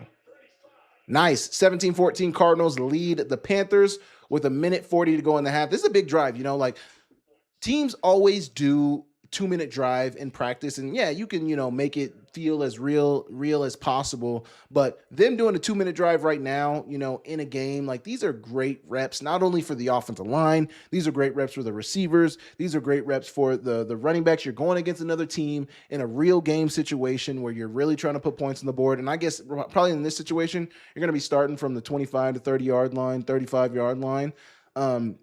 As a coach, you're probably saying, hey, if we can score, we'll score, but we're really trying to get 3 right now. And they have one timeout. So one timeout, minute 40 left. Like that's a ton of time to be able to get points on the board. And, you really want to, this is a real big opportunity for Haynes King. This is a big evaluation drive for him. Like, this film is going to matter. How do you manage the offense? How do you move the ball down the field? How are you dealing with, getting people in the right position, getting the calls out, getting up on the line, like all of these things. There's so much that are on these quarterbacks' plates, especially as young guys when you don't really know a lot. So for them to really, lock in from that standpoint is really, really important. We'll see what Haynes King does. 2 years ago at our Montana Tech alumni banquet, we had 6 different people write a check for $100 million or more. No way. At Montana Tech, 6 different people wrote checks for $100 million? No way, Ron. There's actually no way. 100 million? What does Tech even do with that money? Like, are they putting it into the buildings? What are they even doing with that money? What? 600 million minimum? Oh my gosh. What kind of money do they have? There's probably a bunch of people who are in oil, petroleum, or something like that. A bunch of people who are in oil. That's crazy. 100 million is absolutely insane. That is a lot of money. We got 5 people in the YouTube chat. We still got 1 on the Twitch chat. Whoever you are on Twitch, thank you for staying tuned in. If you're a bot, get lost. But thank you so much for tuning in to the stream tonight. It's been great. We're a minute 20 into this, and halftime is coming up. Education. Absolutely. They're actually talking about Travis Kelce and Taylor Swift's wedding right now. Myles Garrett, Trent McDuffie, Aaron Donald, question mark? Maybe. Does Aaron Donald join the Rams?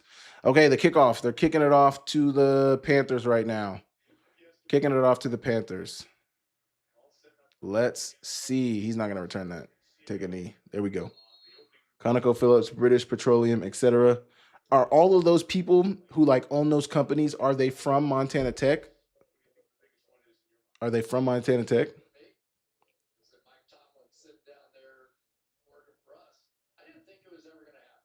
Man, they did this. They're talking about Mike Tomlin right now on the broadcast. They did this Mike Tomlin walking interview with what's his name? Bryce Young. And it was a little cringe, man. And I don't know if it was Mike Tomlin, or what it was, but it just didn't, the flow was just, I just didn't love it. Aaron Donald must eat. Yes, and I know of 3 of them. Dang, that's crazy, Ron. That's crazy. Okay, here we go. Haynes King on the 35-yard line, actually. Drop back pass. He's throwing the quick out. It was not there to John Mechie. Incomplete, 2nd and 10. And see, the one thing you got to be careful about in these jobs, study, buddy. Man, you didn't study hard enough. You should have been like, hey, what do you plan to do when you leave here, Ron? You should have been like, yo, like, what are you doing after college, Well, I guess it's so crazy, Ron, because at that point, you probably had no idea that person was about to become a billionaire, You had no idea, but now they're a billionaire, and you're like, you probably think about some of the times, you're like, oh, that makes sense. Okay. What I was going to say about this drive, but it doesn't matter now that they got the first down there at midfield. I was going to say something you have to be careful about with these drives is like, the Cardinals have 2 timeouts. So if you didn't really move the ball and you allowed them to stop the clock and get the ball back, like they might be in position to put something up. Oh yeah. And he's out of bounds. Yes, John Mechie, low ball from Haynes King, but another first down, minute 17 to go. They still have their timeout, 1st and 10. Haynes King getting them open the ball. Here we go. Drop back, quick out, get out of bounds. Yo, sometimes when I see guys catch the ball in a 2-minute drive and not make their way towards the sidelines, when I just see them dilly-dallying around, that shit low-key drives me up a wall, man. Because I just feel like sometimes 2-minute is so simple. First downs and out of bounds. First downs and out of bounds. If you can't get a first down, get out of bounds. If you can get a first down, especially in college, first downs and out of bounds is more prevalent in college because a first down stops the clock until they set the ball. Now in the NFL, the clock's not going to stop for anything. So really, get as many yards as you can, but make your way towards the sidelines. And this tight end caught it on a flat, and he turned. Brother, get out of bounds. This is not hard. Eric Jacobson from Cheney, Washington. Dang, they got rich people from Cheney, Washington. Eric Jacobson. I'm looking him up, Ron. Digger Athletics Hall of Fame. Dang, he's a Hall of Famer. Eric Jacobson. Oh, another first down. Oh, Jimmy Horn. See, Jimmy Horn right there. Get out of bounds. He just juked back inside. Now it's a big play. It's a really big play. But, get out of bounds. Why? Now, Jimmy Horn's really nice. I think he's going to be really good. 30 seconds to go. They still have a timeout. 29, 28. Haynes King, get the snap. Throwing the fade to John Mechie. Touchdown? Oh, man. Almost. 23 seconds to go. Cardinals got 1 timeout. 2nd and 10. They're inside, I want to say, the 15-yard line. So, hey, Haynes King, you got an opportunity here. You got an opportunity. Don't squander this. At the end of his career, Eric held numerous all-time records, including career rushing, career passing. Dang. Did you say that? He was our QB that led us to a national title game. Dang. Okay. I didn't even see that in there. That's crazy. Eric Jacobson. Let me see. You spelled it with a K. It's definitely spelled with a C. Oh, Haynes King just missed a wide open touchdown. You cannot do that. See, and he's been playing good. But these are the things right here. Cannot have it. Especially in the NFL, when you have easy, he's wide open. That's easy money. Why are you putting all that air on the ball? What are you doing? Yo, that is frustrating. Wide open receiver. Absolutely wide open receiver. And you just miss him. You just miss him.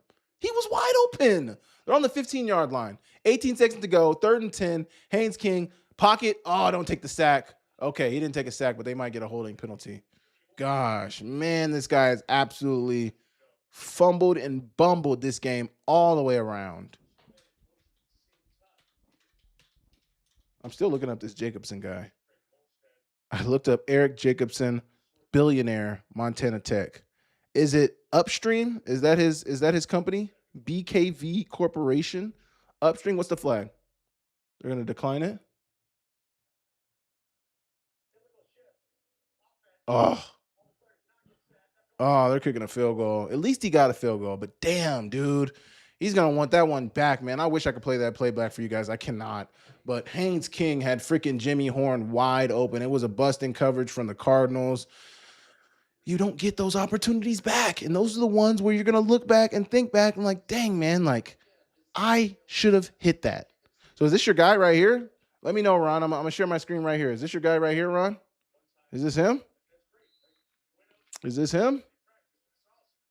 Extraction, oil and gas, directive planning and development. Engineering. Oh, yeah, this is him. Eric received a BS in environmental engineering and MS in petroleum engineering from Montana Tech. Eric enjoys spending time with his 5 children and wife, who currently serves as the Secretary of State for the state of Montana. Oh, dang. So this guy's Secretary of State? Oh, his wife is Secretary of State. Okay. Wow. Dang, freaking billionaire from Montana. That's crazy. That's actually crazy. Wow, man. Haynes King's going to want that back. What's the score? 17-17. Halftime coming up. Haynes King is going to want that back, man.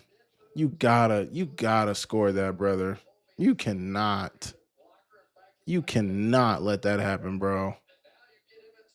You cannot miss the easy ones. The layups. You got to hit the layups.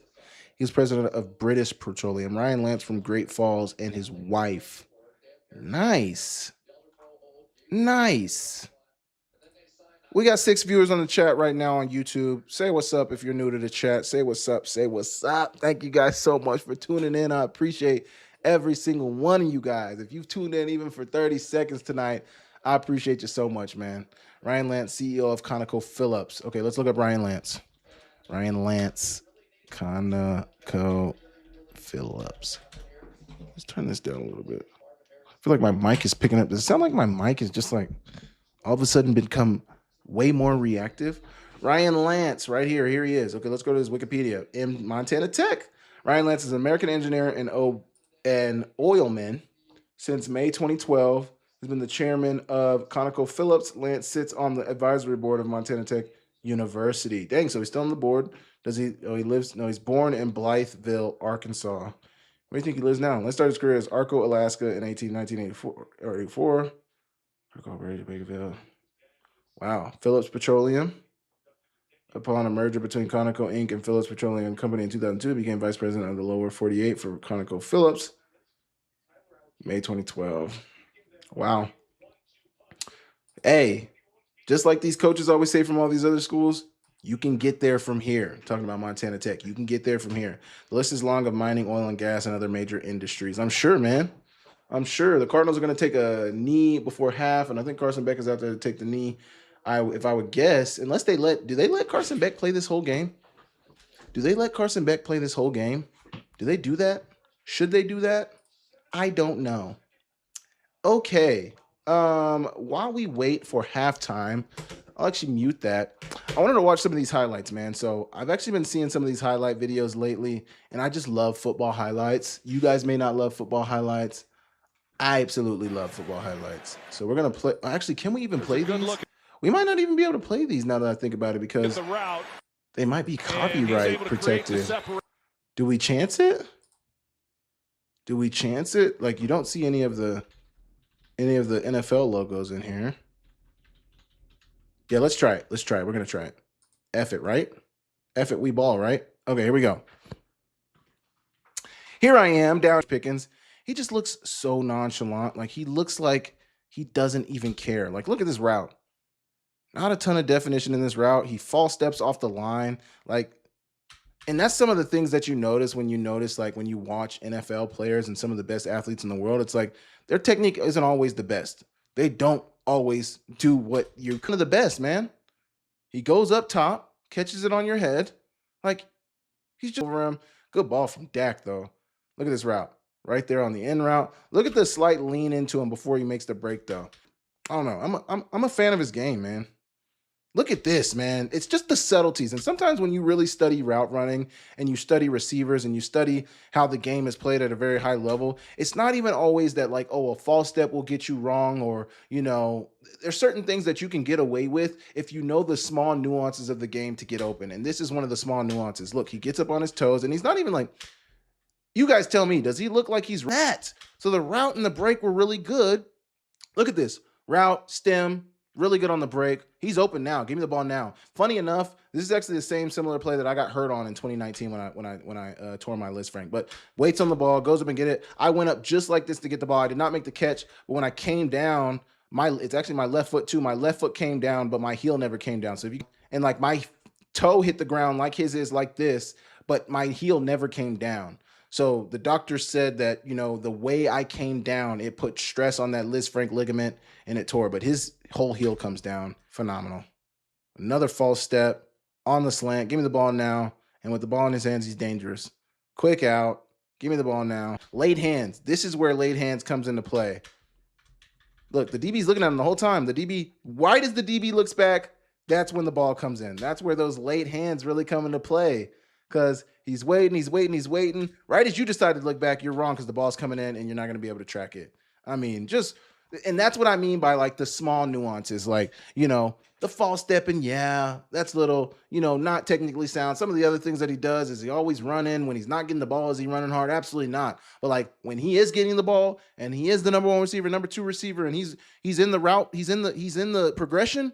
Oh my gosh, he's phenomenal. And the small nuances, like the late hands, the ability to go up and make 50-50 catches, his stemming of his routes when he's getting into his stem, when he needs to stem inside, stem outside, getting leverage. I mean, all of those little nuances of his route running are absolutely just chef's kiss, absolutely amazing.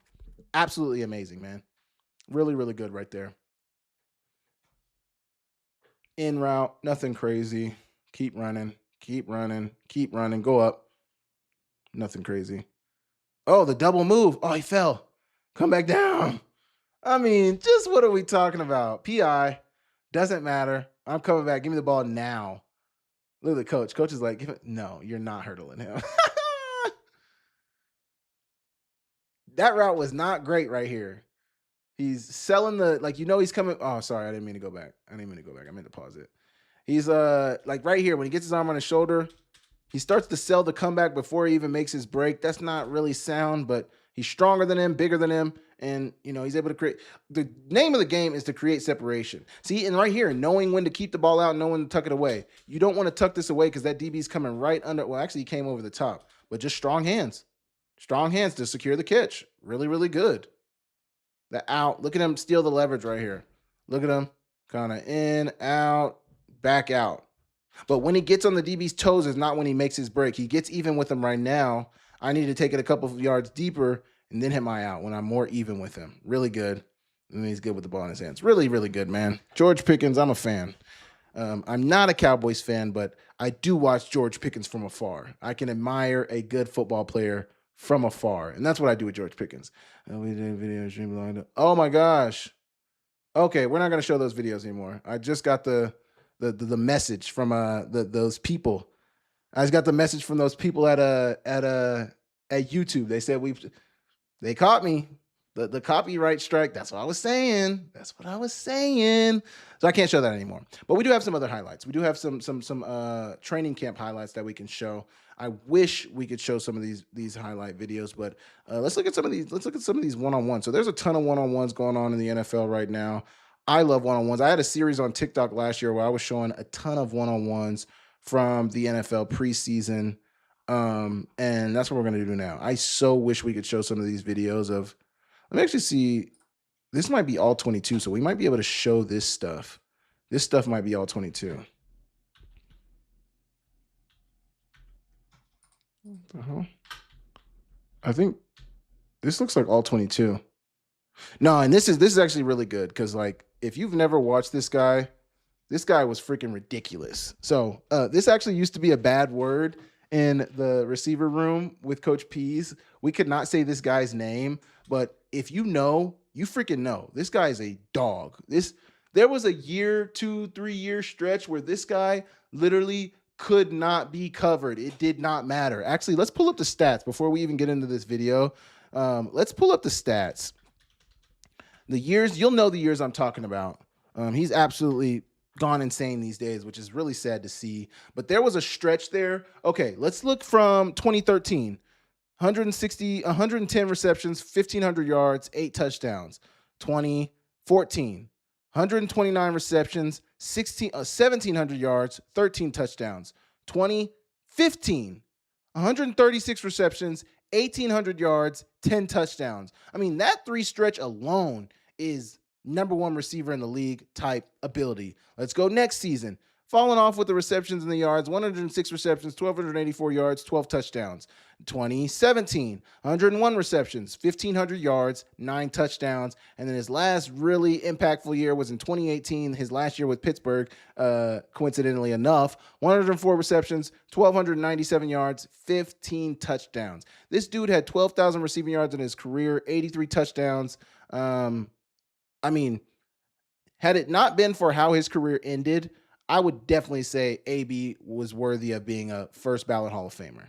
But unfortunately, and maybe not first ballot, maybe first ballot is a stretch, but definitely worthy of being a Hall of Famer. But maybe unfortunately now, based on how his career ended, we're not going to be able to see that. Okay, we got AB right here. I mean, just watch the route running, man. Just watch the route running. Running the comeback, and that is, who is that? 21. Is that Malcolm Butler? Give me that. Excuse me. Oh, they got the NFL badge right there. Maybe this is the NFL film, though. Let me see. So I'm going to show this right here, and then let's see if they're giving me the message over here. So I'll show you guys right now. Yeah, they detected more video, so we're not going to show the AB video. Coach Pease would be happy that I'm not showing the AB video. Unfortunately, they are freaking... The police on YouTube, they don't miss a thing, man. They don't miss a thing. They don't miss a thing. Okay, let's watch this. I think this is just a fade, but one-on-ones. Dak. Look at the release. Like, good release. Stealing leverage. He's in front. And then just the hands, man. Really good. This is really good. Really, really good. Great catch. Great play. If you guys aren't in the Discord channel, go join the Discord channel. We got a ton in here. I sent some of these videos in here, but unfortunately, we can't watch everything. Cam Ward, Aaron Rodgers type arm talent. Look at him. Look at him in the pocket right here. Just on his back foot, dumping it out there to Alec Iomaner. He's going to the end zone. Not bad. Not bad. What's next? This release by the NFL. Uh-oh. Are they gonna block me? Oh man, yeah, this release actually was really, really good. This release is actually phenomenal. Watch this. Just lull him to sleep. Actually, let me not go. Lull him to sleep. Excuse me. The hands, man. Like all of these guys, if you watch all of the top receivers in the NFL, they might not always be technically sound. They might not always, but when they're on, like when they know they need to get open, these boys will get open. Will get open. Carefully watching YouTube. Fade ball. Thank you. What a play, man. Good hands. Phenomenal. Absolutely phenomenal. Absolutely phenomenal. Okay. Okay, this is Carolina. I think this is a longer video. I think we're almost towards the end of halftime as well. So we'll get back to the game once halftime is over. This is a 2-minute video though. So, and these are phone videos, so these aren't getting copyright striked. But let's watch these one-on-ones. Tetherone McMillan, man, look at this. Tetherone McMillan's another one. Like, technically, I did a video on him a couple years ago. Technically, he's not always right. He's not always, footwork's really good. I mean, he does so much right. The wrong that he does is so, it doesn't even freaking matter. inside, back to the outside. And then, I mean, see, he's not even running away, but he didn't even make the catch right there. Wasn't even great. Oh, good breakdown, good snap down. Look at this right here. Sells it, snap down. And there's not a lot of wasted movement in that breakdown. Really, really good. I hope Xavier Legette has a big year. Jalen Coker, the FCS guy, the cokehead, Jimmy Horn. Look at that subtle right there from Jimmy Horn. Look at this right here. Running the slot fade, hezzy, and that's all. I mean, with speed like Jimmy Horn, you don't need a ton of separation. I just need you to hesitate for a second. I don't know who this guy is. I love the route, though. Really good route. Look at this. Outside release, inside. Is he running a burst? Or what do they call these? Blaze out? We're actually going to have to pause this because we're back to the game. And the Cardinals got the ball. Cardinals about the ball to start the second half. Do we see Carson Beck?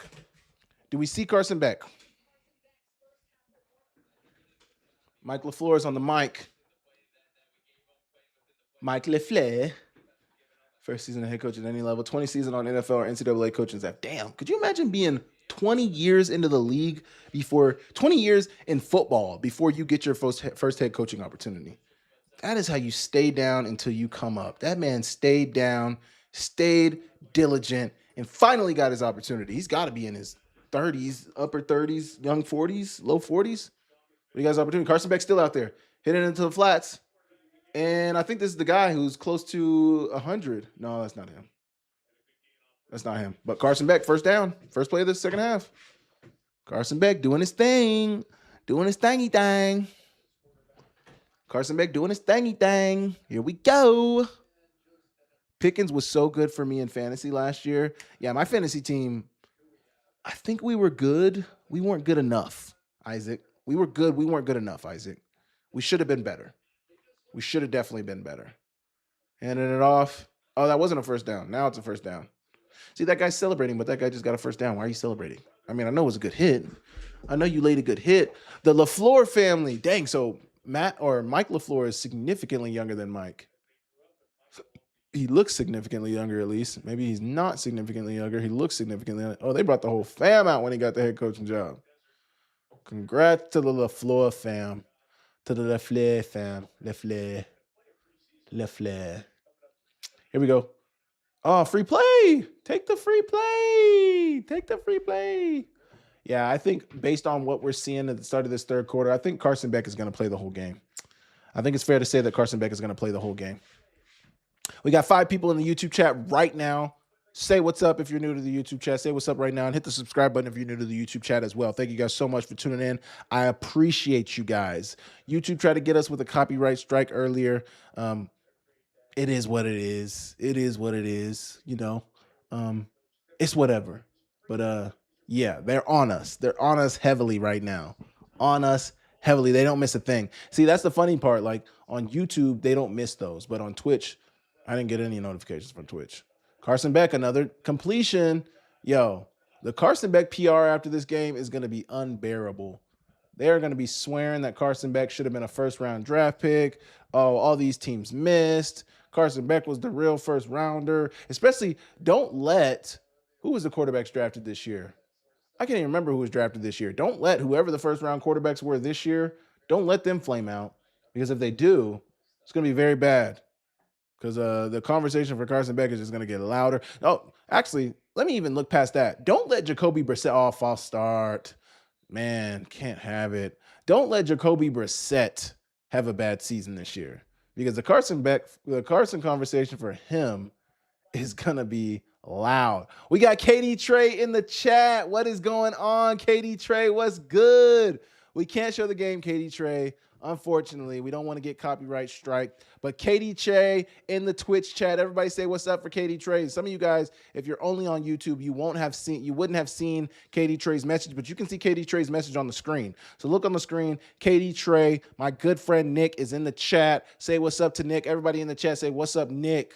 What's going on? Handoff from Carson Beck. And oh my gosh, driving. We are driving. Number 37 just false started. He's like, oh, I got to bounce back. In a big way. It's like a gain of like 5 or 6. Nothing crazy. Nothing serious. But it'll get the job done. For sure. Absolutely. What's up, Nick? Isaac, appreciate you. Say what's up back, Nick. Don't be rude. Say what's up back. Say what's up back if you're a real one, Nick. I expect some Patriots reaction vids. The Patriots reaction vids. We got 4 viewers on Twitch. Everybody in Twitch, what's going on, Twitch? We got 4 viewers on the Twitch. What's good? Carson Beck. Okay. Third down, Carson. What you gonna do? We got 4 viewers in the Twitch chat. Everybody who's on the Twitch chat, say what's up. Everybody in the Twitch who just joined the Twitch chat, say what's up. If you're joined, if you were here, say you were here. You're in the Twitch chat, say what is good. Say what is good. Say what is good if you're in the chat. Sorry, I was just reading my phone. We got 4 viewers on the Twitch chat. We got 7 viewers on YouTube. We got a total of 11 viewers right now on stream. I appreciate all of you guys tapping into the stream. It means a ton. Thank you guys so much for tuning in with me. I appreciate everybody who's in the Twitch chat. Even though the Twitch chat, they must be either late, they must not want to talk to me. I say send something from Twitch chat. Nobody from Twitch chat wants to say nothing. 2nd and 20. Oh my goodness, what happened? Carson Beck dropping back across the middle. Oh, he's finding a receiver. What are you doing? What are you doing? This boy is going the wrong. Virgil, walk with me. Walk with me, Virgil. Brother, it's 2nd and 20. Get up field. Why are you running? This dude literally ran backwards. Literally ran backwards. Reggie Virgil, age 22 from Opopka, Florida, Big 12 champion with Texas Tech. Come on, Virgil.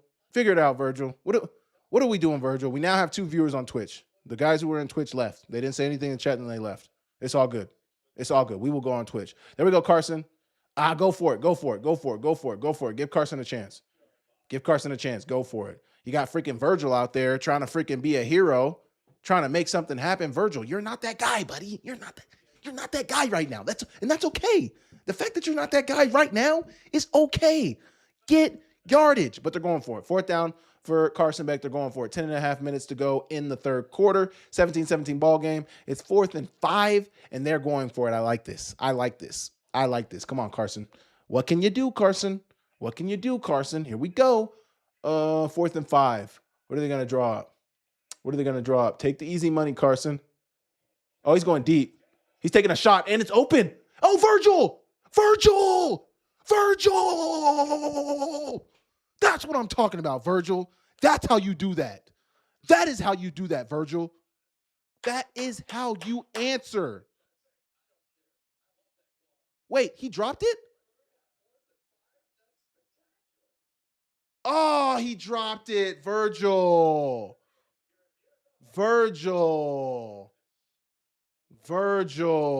Oh, you had an opportunity to right all the wrongs. You had an opportunity to right every single wrong. And I don't know, Virgil. I don't know. We got to figure it out, Virgil. That ain't it right now. Virgil. We need to figure this out. We got to figure this stuff out, Virgil. Brother. Virgil had me hyped for a second. Man, he's ruining Carson's perfect game. Carson was dealing. Carson had all the fans on his side. Everybody thinks Carson's the future of the Cardinals. And Virgil showed up. Carson Beck is here. 10 of 12, 134 passing yards, a passing touchdown. That was, I think, at the halftime. This guy said, I'm rooting for Carson Beck. I don't know anything about him as a person or a football player, but he's so effing strange looking. He needs this. Man. If they would have had that Brooks guy from the first half, Jaden Brooks, he would have made that play. Oh my, Carson Beck just dropped a dime to Jalen Brooks for a 49-yard gain, and Brooks got popped, but still held on to the ball. Football. Stop with the it's only against backups takes. You know what I care about: processing, ball placement, anticipation, footwork, and poise. Carson Beck is checking a lot of those boxes. This is what what's this guy's name? Chase Daniel had to say about Carson Beck, because a lot of people want to rush to the fact that, oh, these are backups. These are guys who are going to be living on the street. Who are going to be on the street looking for insurance jobs in a week. And Carson Beck is somebody thought enough falling right now. Somebody thought enough of these guys to give them an opportunity in the NFL. So wherever they may be in a month, in 2 months, who gives a damn? These guys were thought of highly enough that an NFL team was willing to give these guys. Look, literally, I saying this and I wasn't even looking at what Nick said. It's given first week cuts. Come on, Nick. Cut it out, Nick. What are we talking about? Cut it out. Carson Beck. Oh, wait, you're saying Virgil. Yes, low-key, Nick. Yes. Yes, Virgil. I don't even want to talk about it like this because, like, I didn't play in the NFL. So, like, I was a USFL guy. I wasn't even a league guy, but it most certainly is giving first week cuts. First thing, on 2nd and 20, you're going to run backwards. And then on 4th down, when you had the opportunity to make a big play and right everything wrong, you didn't. Brother, you might be gone next week. Beck is I'm sorry. absolutely balling. Oh, the game's back. We can't watch this right now. Let's wait till this plays over. I want to listen to what he said. Right Negative now run from the Carolina Panthers. I think One Haynes thing King I is still hate in. the absolute most is when people are like, oh, he's doing it against backups. Good luck. Can you do it against backups? I absolutely hate that. The dude is balling, thrown for a touchdown in his first start ever. He's going to be the guy way sooner than people think. Don't say it's against. That pisses me off.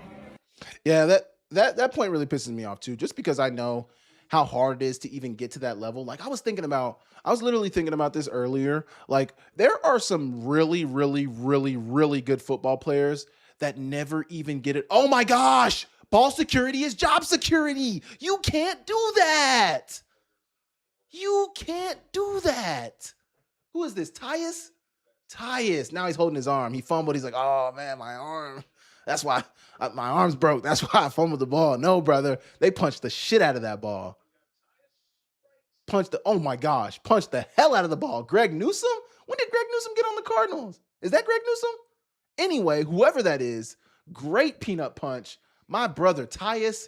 Nick, what did you say earlier, Nick? It's giving first week cuts. Low key. But I do want to finish my point. Oh, they took Carson Beck out. No. Keaton Slovis is in now. Lame. Did this game just get 10 times more lame when Carson Beck got out the game? Low key. Yeah. Like, what are we doing? What? Carson Beck is the only reason we're here. I'm just kidding. But like, I just know how hard it is to make it in the NFL. I know how hard it is to get to that level. And I was thinking about this earlier, but there are some guys who are really, really, really good. Even the guy who just fumbled, like I'm giving him a hard time. He's probably a really, really good football player. There are a ton of guys sometimes. Like if you think about I can't remember whose roster I was looking at, but I was like, man, this guy's good. This guy's good. This guy's good. This guy's good. And then you start doing the numbers and you're like, man, like, oh, Virgil. Okay, Virgil. Okay, Virgil. Okay, Virgil. You think about the numbers, like some of these guys might not even make it. And he's really, really good. He's deserving of a spot. I can't remember what team I was thinking about. It might have been, I can't remember who it was. I'm not going to think of it right now. But just, there's some really, really good teams out there. And there's some guys who are definitely deserving of spots. But you got to think about, in the NFL, they keep 5 to 6 receivers. 5 or 6 receivers. Like, it's crazy, man. It's absolutely crazy. It's the best of the best. And when people say the 1%, like, they truly mean the 1% because all of these guys are damn good, bro. All of these guys are damn good. All of these guys are deserving of an opportunity. But you got to take somebody's spot. You got to take somebody's job. You got to put somebody out of a job to make it in the NFL. That is how it works. And sometimes you got to get a little lucky. Sometimes there has to be a few injuries on your side, which things happen. But like that's when everybody wants to play in this league, it wouldn't be right if it was easy to stay in the NFL. People wouldn't watch it if everybody could play in the NFL. You wouldn't. You know that these are unequivocally the best players at this sport in the entire world. Any country in the world, you come to USA, you know American football, you're watching the best football players in the world. Maybe there's a guy who ended up playing soccer, like freaking Holland could have been a great football player. Maybe. We don't know. But what we do know is when you watch NFL football, you're watching the best of the best. Is this Virgil? No, it's not Virgil. This guy's hooping though. First down for the Cardinals. Keaton Slovis is driving the ball. Maybe this Carolina Panthers defense is just, maybe they're just, not that great. Maybe they're just not that great. It must have been the Bobcats. I'm not sure what you mean about that, Ron. Like, what do you mean it must have been the Bobcats? What do you mean by that? Explain that a little further. What do you mean it must have been the Bobcats? Everything must have been the Bobcats, huh?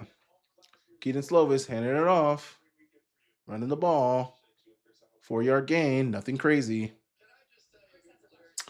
Larry Fitzgerald is another one that went in the Hall of Fame. So this Hall of Fame class was actually star-studded. Larry Fitzgerald, Drew Brees, Luke Kuechly, and Adam Vinatieri. Are you kidding me? Now, let's be real.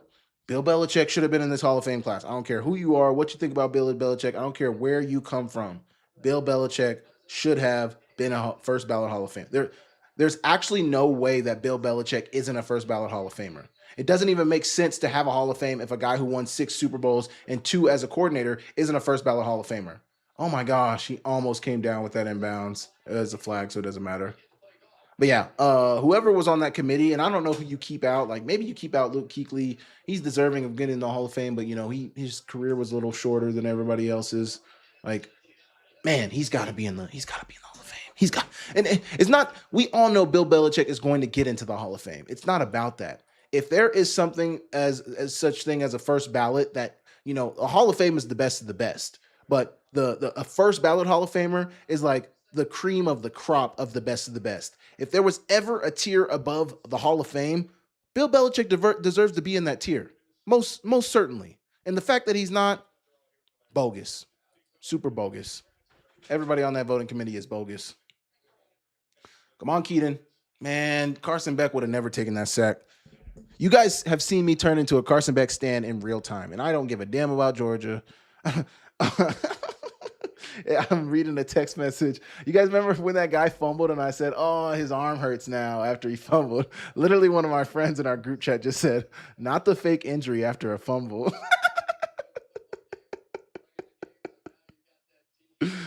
Oh my gosh. Oh my gosh. We all think the same, man. Oh my gosh, bro. The fake injury after the fumble, bro. If you guys ever know about if you guys ever just watch sports, I want you guys to watch these events happen. Watch somebody do something bad in a game, like watch them throw an interception or watch them drop a pass or anything they do, and then watch their demeanor after that play. They'll be limping or they'll grab their hamstring. It happens in basketball and it happens in football. Like, it is the funniest thing to watch happen ever. Like, all of a sudden you hurt all of a sudden. Like, now your leg hurts. Right.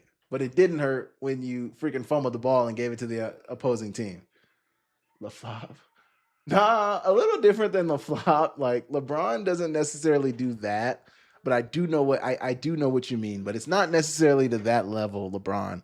Belichick can't help UNC win. Belichick gave me trauma in Super Bowl. He still would have been a Hall of Famer. He still should have been a Hall of Famer. No, and that's the thing, Isaac, that's what I was trying to say is he's gonna be a Hall of Famer. But like, being a first ballot Hall of Famer is like, you're a Hall of Famer, but you're in a class of your own. Like, you were picked on the first ballot, because if you think about it, these guys get put on ballots every year, and people have to vote on it, and you have to have like somebody like argue for you on your behalf. They're there arguing with these people, letting you know, like, okay, this is what he did, this is why he deserves to be in the Hall of Fame. But to get in there on the first ballot says, like, no, you're one of the best ever to play this game, but also you are like at the upper echelon of all. Like, if you think about coaches in the NFL, in the history of the NFL, are there any that you would put over Bill Belichick? Maybe 2 to 3 coaches you'd put over Bill Belichick. Think about that for a second, and think about that guy not being a first ballot Hall of Famer. Yeah. Who was more deserving? Brady, most certainly Brady. I mean, I think that Brady versus Belichick debate got ended when Brady won the Super Bowl with the Tampa Bay Buccaneers. Now, they both, and that's the conversation is so convoluted because they both needed each other. Brady needed Belichick, and Belichick needed Brady. 0 coaches over Bill, or you have negative ball knowledge. Yeah, I mean, exactly, Nick. There are none. I mean, you can't really think of any. I was thinking maybe Parcells. With maybe Bill Parcells. But I don't know. Like, there's no clear guys over Bill Belichick. There literally is nobody that you can definitively put over Bill Belichick.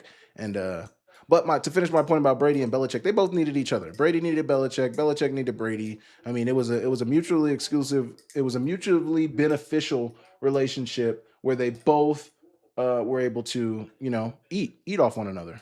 Pause. Roger Craig. Oh my gosh, it was loud as hell. Thought I was about to be in trouble. Okay, we are back. We are back. We are back. We are back. They are back here. Here we go. Dang, we've gained 2 subs on this live stream. That is great. For those of you guys who are looking for the next live stream, was loved by the NFL as well. The Steelers won 4 Super Bowls in 5 years in the 1970s. Yeah, nobody's talking about this steel curtain. Come on, Ron. Cut it out, Ron. Cut it out, Ron. Why are you saying that, Kobe, about Al Davis? Is Al Davis, is he in the Hall of Fame? Is he not in the Hall of Fame? Like, what does Al Davis have to do with anything? Was he okay? Oh, Jimmy, man, they're slipping on this turf out here, man. The Steelers won for a content idea. I expect some revenue sharing. Live stream our fantasy draft. Ooh, Nick. Let me write that in, actually. So I actually have a book. Where's my book? Right here. So I actually have a book for all of my ideas and like all of my sponsorships and everything I got going on. It's called The Content Bible. The Samuel Akem Show and Sam from the Show, which is my 2 personal YouTube channels. Obviously, Samuel Akem Show is the bigger one. But I'm actually going to write that in here. Where's my pen? Nick is a serious ball knower. Nick's got great ideas. Okay, let's go. Live stream ideas. Yes. So, hey, we have to decide a date and time for that, Nick, but I most certainly will live stream that. I most certainly will be live streaming that. Ideas. Okay. And then I can check these off as we complete some of these. My fantasy draft. Wow, Nick. Thank you, Nick. So whatever, like, I expect some revenue sharing. Yeah, Nick, we can rev share. I'll probably make I'll Apple Pay you. I'll probably make like maximum like $5 to $6 from that live stream. But I'll split that with you for sure. We can go 50-50 on the rev from that video. You get 3, I get 3. If I make 6, if I make 2, you get $1. If I make $1, you get 50 cents. Hey, I don't eat unless you eat. More Hall of Famers were off that Steelers team than any other. Cheating. If you're not trying hard enough. Oh, you're saying Al Davis cheated? Maybe. I don't know. 20-17 Cardinals. 3 minutes to go in the third quarter. Who do we got at quarterback? Is it still Haynes King? It is still Haynes King. Find somebody. You're holding on to the ball too long. That was a holding. Might be a penalty. First down. Yeah, they're going to bring that back for holding. Bring it back. Bring it back. You can't do that. No, sir. You cannot do that. Who all of the Hall of Famers off that team, right? Name them. Just win, baby. Name the Hall of Famers, Ron. I know about all I know about is who's the Franco Harris. That's the only one. Oh, and Terry Bradshaw. I know Terry Bradshaw and Franco Harris. Anybody else from that timeline? I have no idea. His quote. What was Brady or Belichick? Who was more deserving? I don't see a quote. I'm sorry. I don't see a quote. Haynes King drop back. Don't know if it's what a dot to Jimmy Horn. That's what I'm talking about. Late hit, ref. Yep, throw the flag. That's a late hit for sure. Add another 15 yards on top of that. Haynes King is playing all right now. He's doing all right now. Haynes King, I see ya, boy. I see ya, Haynes King. Hey, did you guys see? I don't know if you guys follow me on Twitter, but it was actually a monumental moment and day for me yesterday because, I'm not a journalist. I'm not a reporter, but I was given a scoop yesterday. I was given the opportunity to kind of break news, and I broke news for the first time in my analyst career and my, what would you call it? Like my media career. It was my first time having a scoop. So having a scoop is like when you break news, I don't know why they call it a scoop. I'm actually not that versed in journalism to understand why they call it a scoop, but I was given a scoop yesterday and I broke news yesterday, and that is like a monumental moment for me, a monumental day for me. So be happy for me, breaking news out here, giving you guys the content and the information that you deserve to have. And yeah, call me Sammy Akem Schefter. Sammy, I don't even know what would be my. I don't even know what would be my Sammy Mayrove, Ari Mayrove. But the funny thing about Ari Mayrove has a huge following, but I don't actually think Ari Mayrove breaks any news, which is the interesting part about him. Like, he literally just reposts what all the other, which is not a knock against him. He's built an audience. He does a great job, but I don't think he actually breaks news. He's not like me, I'm getting scoops out here, like I'm really doing the thing, man. Like, breaking news. But that breaking news, I was just looking at it. That breaking news was Kenny Lawler signing a contract with the CFL. Don't ask me who my sources is, because I can't tell you who my sources is. But just know your boy got sources. I don't even think that news has still been broke by the CFL. But your boy got sources. I don't know. It was like a really monumental moment for me. I just feel like I'm really a part of this like media apparatus now. Like, yo, it's crazy out here. Crazy out here, man. Crazy. Life is really crazy, man. I never thought I'd be in the media. I never thought I'd be like breaking news and stuff. But hey, here we are. Here we are. Come to me, turn on the notifications if you guys want to know more breaking news. I don't know if I'll have any more breaking news for you guys. I actually have said that on my channel multiple times. Like, I don't break news. Excuse me. My goodness, that came out of nowhere. You guys know when those bursts just kind of come out of nowhere. They just happen. But I don't know if I'll ever break news again. But hey, it's been phenomenal. It's been really cool to be able to be that guy. Once again, I do want to point out, only because I'm looking at it right now. Once again, make sure you guys stay tuned in for Akem's Locks. I was just looking at Sportsbet. They reposted my post that I posted on Instagram today. But Akem's Locks coming at you fast and furious this fall. It is going to be amazing. Amazing. What is the crying faces for, Nick? What the hell's up? What's up with the crying faces, Nick? What's up with the laughing faces? Let me know. 30 seconds to go in the third quarter. Haynes King is going to get one more play on 3rd and 9. Kenny Pickett's watching in his pads. Bryce Young is watching in his jersey. Haynes King, here we go. Let's do something, Haynes King. Empty personnel. Everybody's shifting inside. 8 seconds to go on the shot clock. 6, 5, snap, slant. Oh, that's not enough, though. Who's that to? Washington? I don't know who this guy is. Washington, though. Look, he looks a little swole, though. A little bit swole. Okay, they're going to take it into the third quarter, the end of the third quarter. Going into the fourth quarter, the Cardinals have a 20-17 lead, and Haynes King is driving. It's going to be a 4th and short.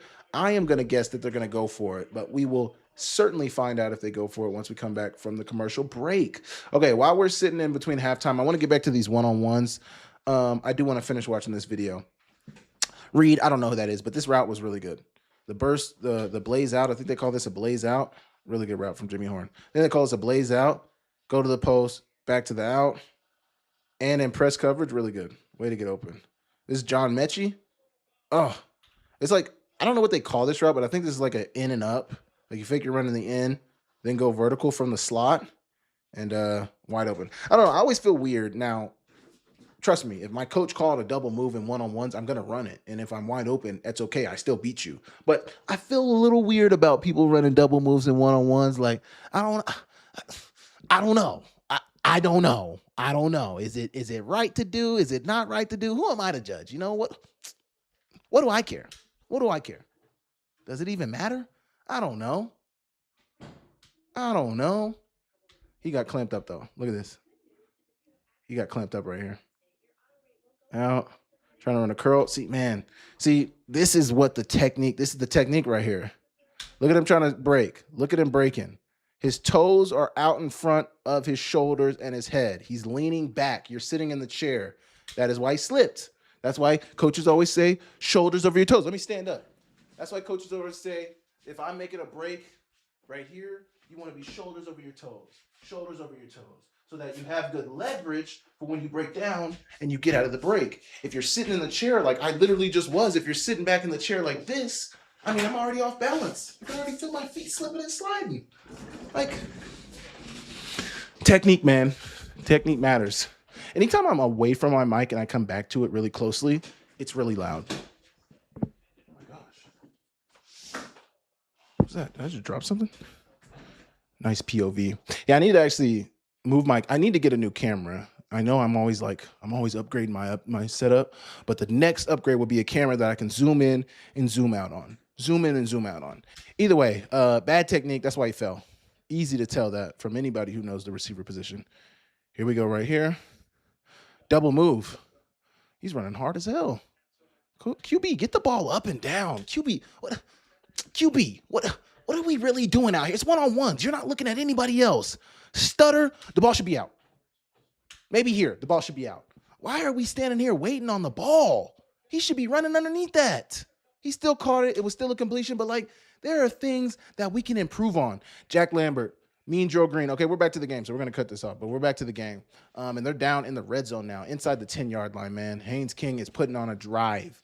Jack Lambert, Mean Joe Green, Franco Harris, Terry Bradshaw, Jack Ham, Lynn Swan, John Stallworth, Donnie Shell, Mike Webster, Bill Nunn, Chuck Knoll, Mel Blount, and here's my question, Ron, which no disrespect to the Steel Curtain, no disrespect to the 1970 Steelers, and I know you're not a Steelers fan, you're a Raiders fan, but do all of those guys deserve to be in the Hall of Fame?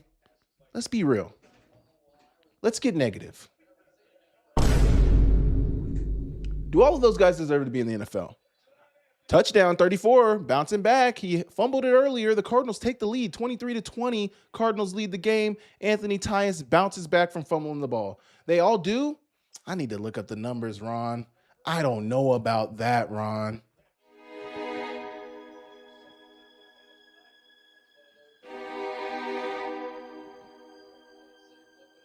Did I say NFL? I meant Hall of Fame. If I said NFL, I meant Hall of Fame. Do they all deserve to be in the Hall of Fame?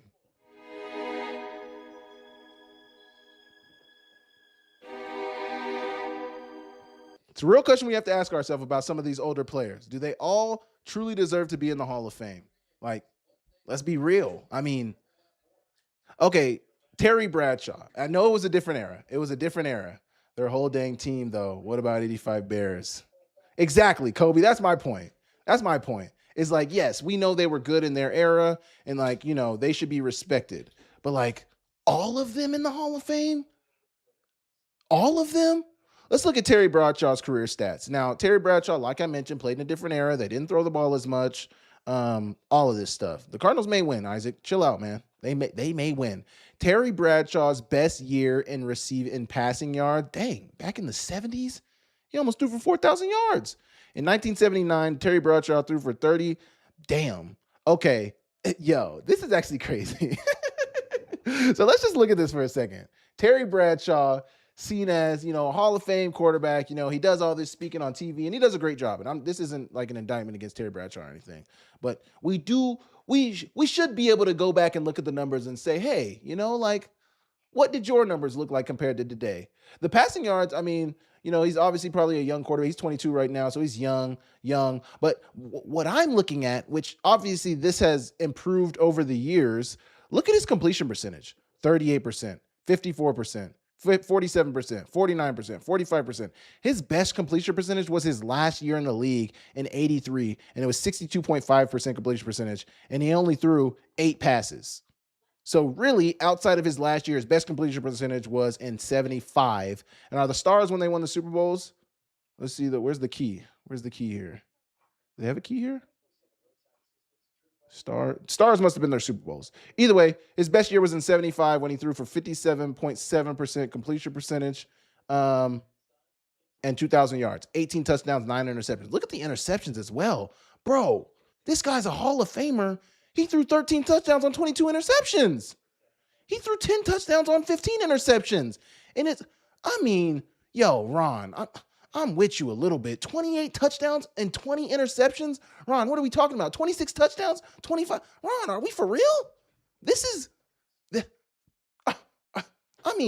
yo, Yo. No, not that one. Not that one. We need this one. I'm not good with the sounds. I don't use it. For real. This is the guy. This is the guy. Terry Bradshaw is the guy.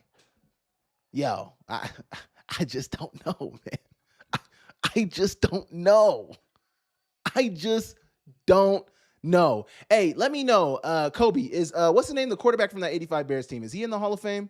What was his name? McMahon? Tom McMahon? Is he in the Hall of Fame?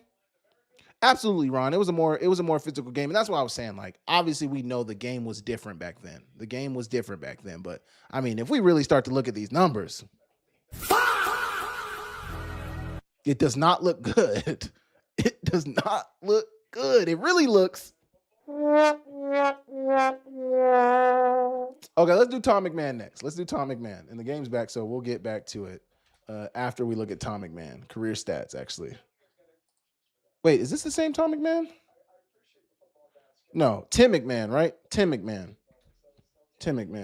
No. What's his name? Jim McMahon. Thank you. Jim McMahon. There it is. Nick always looking out for me. Thank you, Nick. Cardinals are on the ball. They just ran it for 4 yards on first down. 14 minutes to go in the half. Okay, let's look at Jim McMahon's stats. You know, I don't know these old guys, Nick. I mean, let's be real. I don't know these guys. I don't. It's okay. All right, you don't want to meet Joe Green on a dark alley. No, I don't. Okay, let's look at Jim McMahon. When did they win the Super Bowl? In 85. He threw 15 touchdowns, 11 interceptions on 57% completion percentage. I mean, yo. For his career, he completed 58% of his passes, 18,000 passing yards, 100 touchdowns, and 90 interceptions. What are we talking about right now? Go watch Lynn Swan's catches. Man, I don't know who the hell Lynn Swan is. But obviously, it was a different era. We're not going to hate on the old days. We're not going to hate on the old guys. But, hey, they were playing a different game. Oh, he's not a Hall of Famer? Okay. He's not. Okay. That Steelers front four was badass. No, I mean, both of those teams, the 85 Bears and the who are we talking about? The Steel Curtain, the Steelers. All of them were great. And they were great in their eras. But I wish we could just like go back. I wish we had like a time machine to where we could go back to those times and like compare them. Like, I wish we could put the 85 Bears against the greatest show on turf. Could you guys imagine what that would look like? Who do you guys think would win that game if you put the 85 Bears against the greatest show on turf? Kurt Warner, all those guys, like that would be, crazy. That would be crazy. What's up, Isaac? Appreciate you guys for tapping in.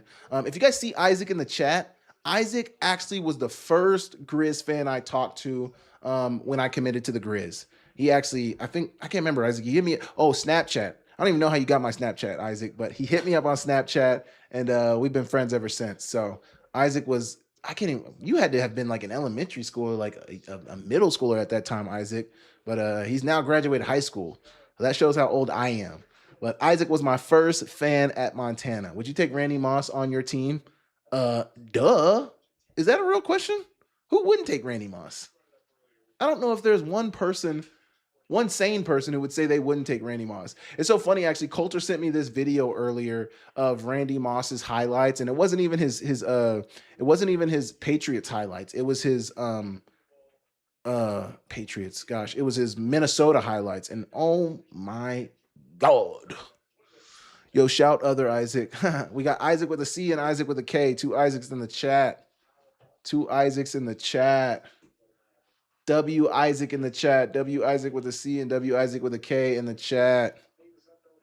How about Ed Too Tall Jones? So, Ron, I'm not too familiar with Ed Too Tall Jones. I am not too familiar with him. I have no idea who Ed Too Tall Jones is. I'm not going to lie to you. Ed Martin or Randy White. See? Like, hey, I don't know those guys. I have no idea who those guys are. I can't lie to you. I don't. Cowboys fan. Yo, use that word lightly, Ron. Like, yes, I'm a Cowboys fan, but like, yes. Okay. Yes. And I technically am not a Cowboys fan. I said multiple times, I used to be a Cowboys fan. I do not support that cancerous franchise anymore. I will not subject myself to that type of fan. You're right, Ron. Get on me, Ron. I'm not a football fan. I'm a fake football fan. Oh, you got to catch that, brother. 89, you got to catch that. I'm a fake football fan. I'm a fake football fan. Ted Hendricks Stork. So this is kind of funny. If Nick's still in the chat, Nick will know this. But the only reason why I know who Ted Hendricks is because of my time playing Madden Ultimate Team. Had it not been, and that goes for a lot of people. I'm not gonna lie. A lot of people that played pre-90s, pre-80, like really 90s. I would say like 90s is where I have a decent knowledge of, like, if you say somebody's name, I might not know who they are by name, but I might not know who they are. Like, I might not be able to tell you what their face looks like, but I may know their name a little bit. But pre-90s, But Ted Hendricks was always a highly rated player on Madden Ultimate Team, and he won me a lot of games on NFL Ultimate Team, Madden Ultimate Team. Ted Hendricks held it down. Ted Hendricks held it the fuck down. POP, hold it down. Okay, the Cardinals just kicked a field goal, making it 24-23 with 10 minutes to go in the game. This is exciting. Who's going to come out with the victory?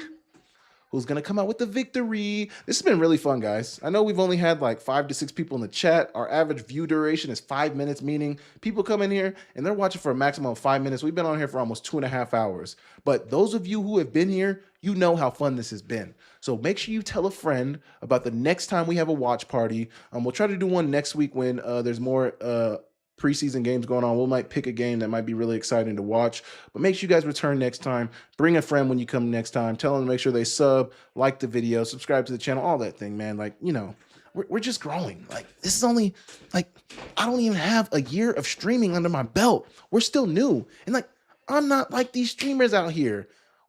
I'm actually a credentialed media member. So to really give you guys a look behind the curtain, what credentialed media member do you guys know that live streams, that actually commentates the games and things like I'm talking about real credentialed media now. I'm not just talking about somebody, Joe Schmo, you know, like I got passes, man. Like, I don't even have any of my credentials in here, but just know I'm official. I actually do think I have a credential. Give me a second.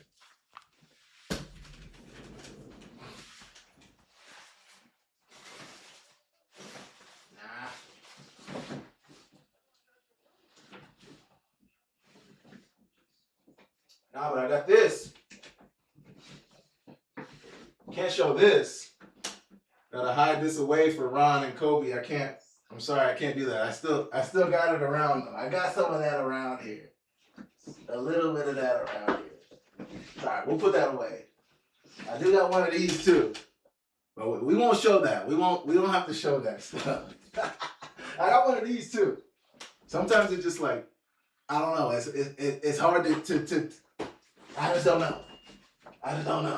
But I do got this. I don't have my credential. I'd have to go somewhere else to find my credential. Sorry, I know that was probably loud. I got to go somewhere else to find my credential, but I got this. And just know, I didn't pay for this. Okay, nice, Ron. Just know, I didn't pay for this.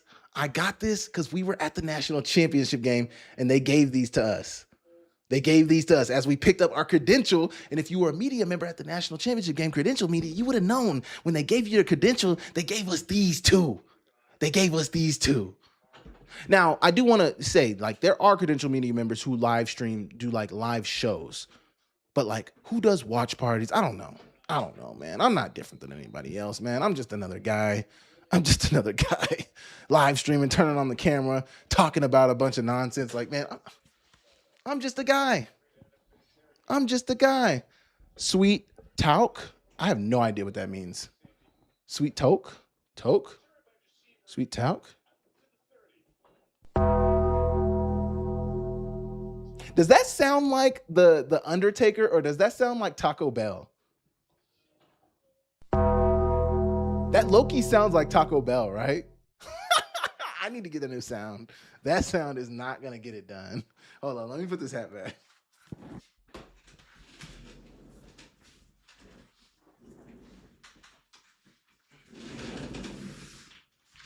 Oh, shoot. You just added a browser source. When was this? Oh, we're way back here. Okay. I was like, what? I had no browser source. You talking about Willis? Okay, we got 5 people in YouTube chat. Thank you guys so much for tuning in. We got 2 viewers on Twitch. If you're new on Twitch, make sure you guys send something in the chat right now. Why do we need to do that when Bill had them clamped with O2 Patriots? I just saw that, Nick. I just saw that. Why would we need to do that when Bill had them clamped with the O2 Patriots? Oh, you're talking about the greatest show on turf. Chill out, bro. Chill out. Chill out. Everybody had their time. The Patriots had their time. I mean, everybody's had their time, bro. No need to hate. No need to hate on the greatest show on turf. No need to hate on the greatest show on turf. I mean, but Bill, to be real, Bill did that to a lot of teams. Because remember that 2018 Rams team? Like, yo, Bill had them looking like they didn't even. I mean, he had freaking Sean McVay looking like a baby out there. He was like, yo, I'm in your head. I am in your head. You think you know you're a play calling guru. You think you know how to draw it up with the best of them, which you do, but just know I've been out here. Bill Belichick said, I've been out here. I've been doing this, Sean. When you were literally in your mother's womb, Sean, I was out here doing this. I was actually doing this at the highest level. I don't know if you guys can hear our cat. I don't know what our cat is meowing about, but our cat is meowing. And, you know, hey, never get a cat, man. Cats are great. You know, they're great companions, and, you know, but sometimes they can be freaking annoying, man. When they find their voice, like when a cat realizes that they can meow and like that meow can elicit a response out of you, they're unbearable, man.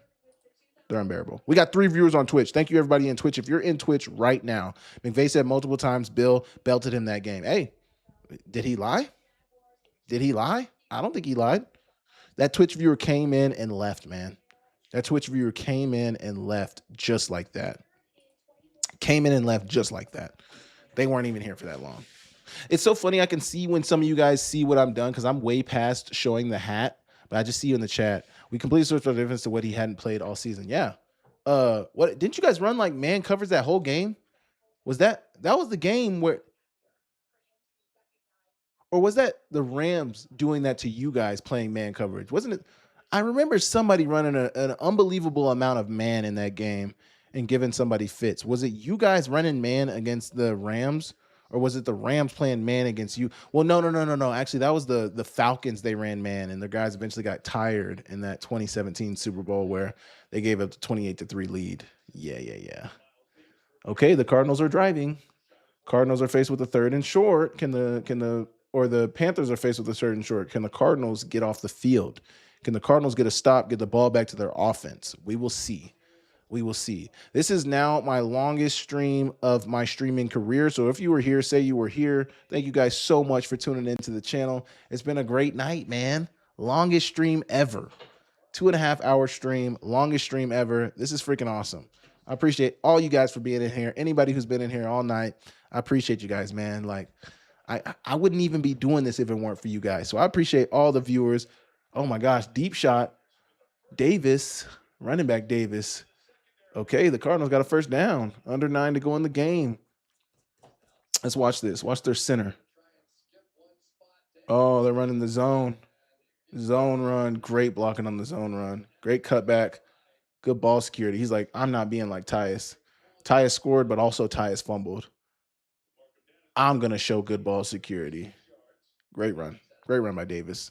But, man, I wouldn't be doing this if it weren't for you guys. I appreciate you guys tuning into the channel. All the subscriptions, all the comments, everything you guys have done for me over my years growing this channel. It's been great. We're almost at 3,000 subs. We're like 80 subscribers away. We're a little under 80. We're like 77 subscribers away from 3,000 subs. We're going to have a celebration when we get to 3,000 subs, but we're going to be doing a subathon on week 0. So that Thursday night, I've been looking at the games. I don't have it pulled up on this computer, but I'm going to pull it up right now. We're going to be doing a subathon that weekend. So the games that I really want to highlight, Youngstown State and Mercier starts at 4 o'clock that day. Gardner-Webb versus Austin Peay starts at 5 p.m. that day. I'll read that in a second, Nick. West Georgia versus Chattanooga starts at 5 p.m. that day. And then later on that night, You got Southern Illinois at West Florida, and I want to see what West Florida looks like. That game starts at 5 p.m. as well. So we might go quad box since I got this Roku TV in here. We'll go quad box, and we'll have Southern Illinois at one point, Chattanooga, Gardner Webb, and Mercyhurst and Youngstown State. We'll have all those games put up. We'll click through some of the other ones if we want, but some of those other games on that Thursday night at least. Central Arkansas UT Martin's a good one as well. So maybe when that Mercyhurst Youngstown State game ends late in that night, we can watch UT Martin versus Central Arkansas. But subathon that weekend. So we want to get to 3,000 subs by week 0. If we can get there before week 0, that'd be great. But I don't know if we're going to get there before week 0, but we want to get to 3,000 subs. I want to get to like 5,000 by the end of the football. Oh my gosh, Jimmy Horn, you got to catch that, man. They're going to kick a field goal. They're going to have Arizona the ball back with 7 minutes to go, 4th and 4, unless they go for it right now. Do they go for it? Are they going to go for it? No, they're going to take the points, right? I think they're going to take the points. I can't tell. Show the offense. I mean, this ref is great, but can we see what they're doing? For sure. Yeah, but I don't know if they play. When do they play? They probably play on Saturday, right? They're kicking the field goal. They're taking the points. Will he make it is the real question. Because you think it's a foregone conclusion. He made it. Okay. We played Man Elite High on the year and played like 5 plays of man and played a 6-1. Damn. And because they had Todd Gurley then, huh? So play 6-1, shut down Todd Gurley. I mean, but even in a 6-1, you still are playing like 5. So you guys were in a 6-1, but you're running zone. What'd you guys play? Tampa 2? Can you even run Tampa 2 in a 6-1? I don't know. That's crazy, though. Hey, it must have worked. Now, this Friday night schedule is actually pretty interesting. You got Rhode Island versus Merrimack, but you got William and Mary at Villanova at 4. That's going to be an exciting game. You got Marist at New Haven, New Hampshire at UAlbany, and you got Idaho at Cal Poly and ESPN. So we'll be watching that as well. And then Saturday is where all the games are happening. But I will actually be, so early on in that day, we can live stream with Abilene Christian Lamar, UC Davis, Portland State, Central Connecticut, South Dakota, Eastern Washington, Northern Arizona. We can watch that. Lehigh, Holy Cross, maybe. But then obviously later in that night, the Grizz play on ESPN, not on ESPN, but the Grizz play at night at 7 p.m. So at some point we'll have to leave, but we can start the morning off kind of live streaming and chatting about games on that day as well. So make sure you guys just stay tuned in. Join the Discord channel. If you guys aren't in the Discord channel, join the Discord channel so you guys can get notified anytime I'm dropping a new video or anytime I go live. The lives get posted in the Discord channel, so you guys will know anytime the Samuel Akem show is live. Make sure you guys stay tuned in with that. We got a lot of good things happening this season. I cannot wait, man. It's going to be a great time, man. It's going to be a great time. It's going to be a great year. I just know it's going to be a great year, man. I just feel it in my heart that something great is going to happen for me and my channel this year, man. I don't know what it is. God's got his hand on me though, and great things are coming for the Samuel Akem show, man. I just know it. I just know it. And I don't care who believes it. I don't care who knows it, but something big and monumental is going to happen this year. I'm speaking it into existence right now. Something amazing is going to happen to it. And that's on Jesus. That's on our God. That's on our Lord and Savior, man. He's got me. He's got me. He's got the Samuel Akem show. Okay, this game needs to hurry up, though. I'm not going to lie. I'm not going to lie. I am not going to lie. I'm very happy to be here, though. I'm very happy that you guys are here as well, though. I mean, this has been great. This has been great, man. I really have there's only like 5 or 6 of us right now, but I really have some loyal subscribers, man. 6-1 on running downs and quarters cover 3 on passing down. And their whole game plan was probably predicated on beating man. We played Man League High on the year. Yeah, their whole game plan was probably on man beaters, these rub routes and other things that get them open in man. All of a sudden, you get in the 3rd and short, and they're playing zone. Now, I'm sure on probably some of the short downs, they're probably playing man. But yeah, that certainly would that would be confusing. That would certainly be confusing. The best Cowboys teams were the 1970s teams. When Oregon or Ohio State hangs 70 on them? ? You're saying Oregon or Ohio State hangs 70 on them? Oh, Illinois, you're talking to Isaac. Gonna be watching Illinois just to see what Bobby's 335 looks like for sure. Yeah, let's actually look at Illinois' schedule this year. Let's see who they got. Sorry, that was gross. I'm sorry. Sometimes you got to do it. UAB, they opened the season. So, okay, so we might get a look at what they look like against UAB. Then Duke. So, Duke was the ACC champion. Don't sleep on Duke, but they did lose their quarterback. What didn't they have that Mensa guy? Mensa left Duke and went to where did he go? He go to Miami? Where did Mensa go? He went to Miami, right? And then they got Southern Illinois on September 19th, but they start conference play with Ohio State. So exciting. Jeremiah Smith going up top on the 335. We'll see. We'll see. They got Mike Tomlin in the booth right now wearing a 28 jersey. Oh, he's wearing a Chris Jones or CJ2K jersey. Man, that's so sad about CJ2K, man. CJ freaking 2K, man. That's just terrible, man. Oh, Virgil caught that. Virgil's bouncing back, guys. Virgil's bouncing back. He was C. Jr. Oh, man. I forgot about Chris Henry Jr. Yo, him and Jeremiah Smith. Ooh. What about Bo Jackson? Bo Jackson as well. Bo Jackson's finna go crazy. Bo Jackson's finna go ballistic. We'll see. We will see.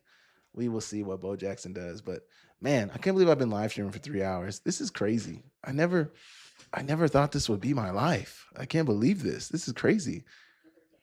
This is crazy. I appreciate you guys staying in here with me, man. I just can't tell you guys how grateful I am for anybody that comes in here and views my channel. I appreciate you guys a ton. Let me tell you guys about my life and what's been going on. So I started shaving, like for the longest time, I had never shaved my beard and I had never shaved like the skin on the hair on my neck. Recently, in the last 5 to 6 months, well, no, because I shaved the hair on my face. I think I shaved it before my wedding. But that was really like the first time I had really done that. And now since then, I've probably done it like 2 or 3 times outside of them. But I bought like a little razor now where I can shave my face and stuff. And you can tell I'm very new to this. I'm 28 and I just started shaving my face. And I need to get like a freaking shaving cream or something because it's an electric razor that I use to cut my face, but it makes my skin, shaving makes my skin so itchy, man. Like, how do people do? And there's people that shave every day. Is that for real? People shave every day of their adult life. Is that real? What? I could never. I could never. I could never, man. That just feels like extra, that just feels like another thing you got to do every freaking day. That is crazy, man. Virgil is bouncing back. Let's see what Virgil's stats are. Virgil has 4 catches for 50 yards. Okay, Virgil. Fair, Ron. Some job industries, you have to shave every day, which is insane. Thank God for my job. I don't have to do that. What a good run. Okay, 37. Okay, Kiner. Great run. Thank God I don't work in an industry where I have to shave every day, man. That is crazy. You guys see the little stubble? You guys can see my neck too. We have shave right here. I don't even know if I'm shaving this. It doesn't look straight at all. If you really look closely, it's not straight at all. Right here when I'm shaving these, I have no idea what I'm doing. And then still, in the middle, it refuses to connect. I cannot get this hair to connect for anything, bro. But then so I originally shaved over the weekend and I kept all this hair. I had hair coming from down. Even this isn't straight. Look at how I faded this right here. Even this right here isn't straight. But I cut it here and I shaved all this and shaved it down to here. And then same on this side. I cut it here. This one is a little different. And I shaved all this. So, hey, man. It's called hygiene, Samuel. Absolutely. Absolutely. You're not wrong, Ron. You're not wrong, Ron. You're right. Moisturizing is important. Yeah, I put lotion on my face every day, but I feel like I need something else. I feel like I need a shave cream or I don't know. I feel like I need an anti-itch cream or something because this shit I feel like all day I feel like I do this, itching my I don't know. This beard life is new to me. This beard life is very new to me, man. Very, very new to me. But I'm happy to be a part of the club, man. I can grow facial hair. Oh my gosh, Virgil! Virgil! Don't dance. Just get up, bro. Virgil's got 5 for 66, 13.2 yards a catch.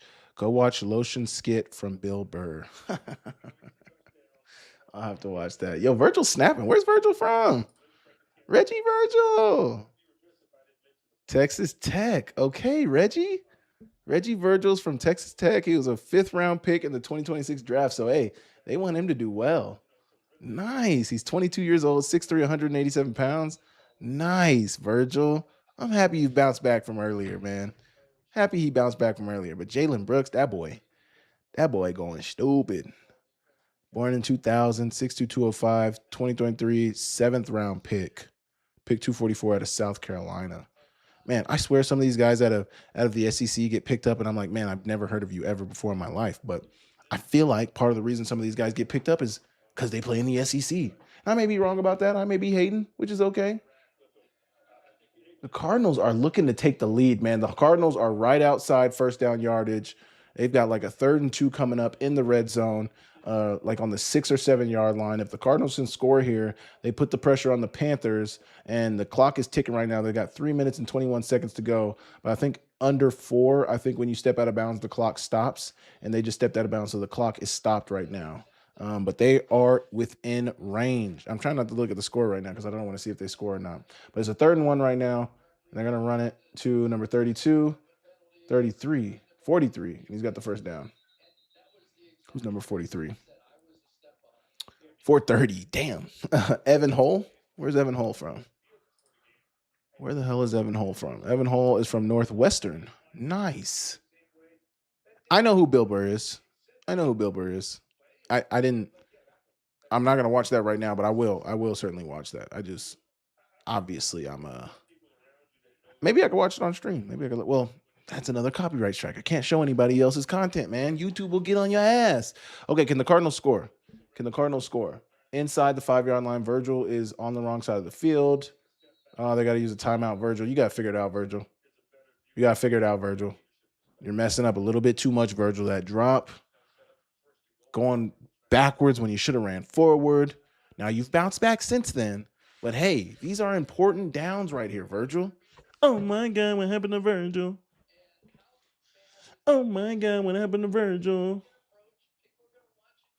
Does it show up here? No, it doesn't. But I do have that here. Oh, okay, let's change this browser. No, we're not going to do that. Man. I remember when I used to look at other people's stream setups, I used to always wonder, like, what are they looking at when, obviously we can see what you guys are seeing right here, like on my screen. But like you always see them like looking off to the side and like they're reading something. I'm like, what the hell are they reading? But now I understand it. Number 37, get in the end zone. No, we didn't get in there. Canton, yes, they score. I don't know. We'll see, Ron. Canton has more folks in the tailgate. What does that mean? Canton. What do you mean by that? Canton has more folks in the tailgate. 2 viewers on Twitch. If you're on Twitch, say what's up. Say W's in the chat if you're on Twitch. 2 viewers on Twitch. Appreciate anybody who's on Twitch. Appreciate anybody who's viewing me tonight. Appreciate anybody who's watching us. Appreciate anybody. Thank you guys so much. Canton has more folks in the tailgate. Oh, so you're saying like Canton has more folks outside of the stadium that are in the stadium? Is that what you're trying to say?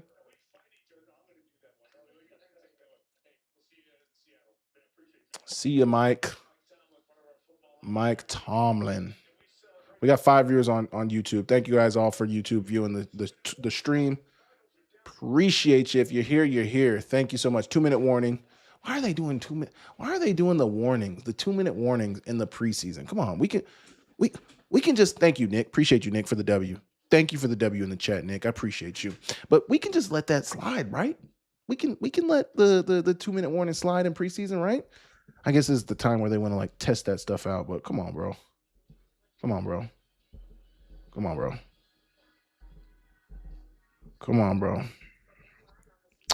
What are we doing?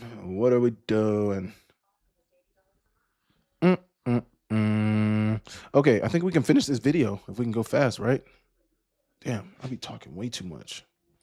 Let's finish this. Jalen Coker, the cokehead. Oh, not a great route. Stem. What I'm trying to, is he running a pivot out, post out, but pivoting to the inside? Exactly. Hurry up.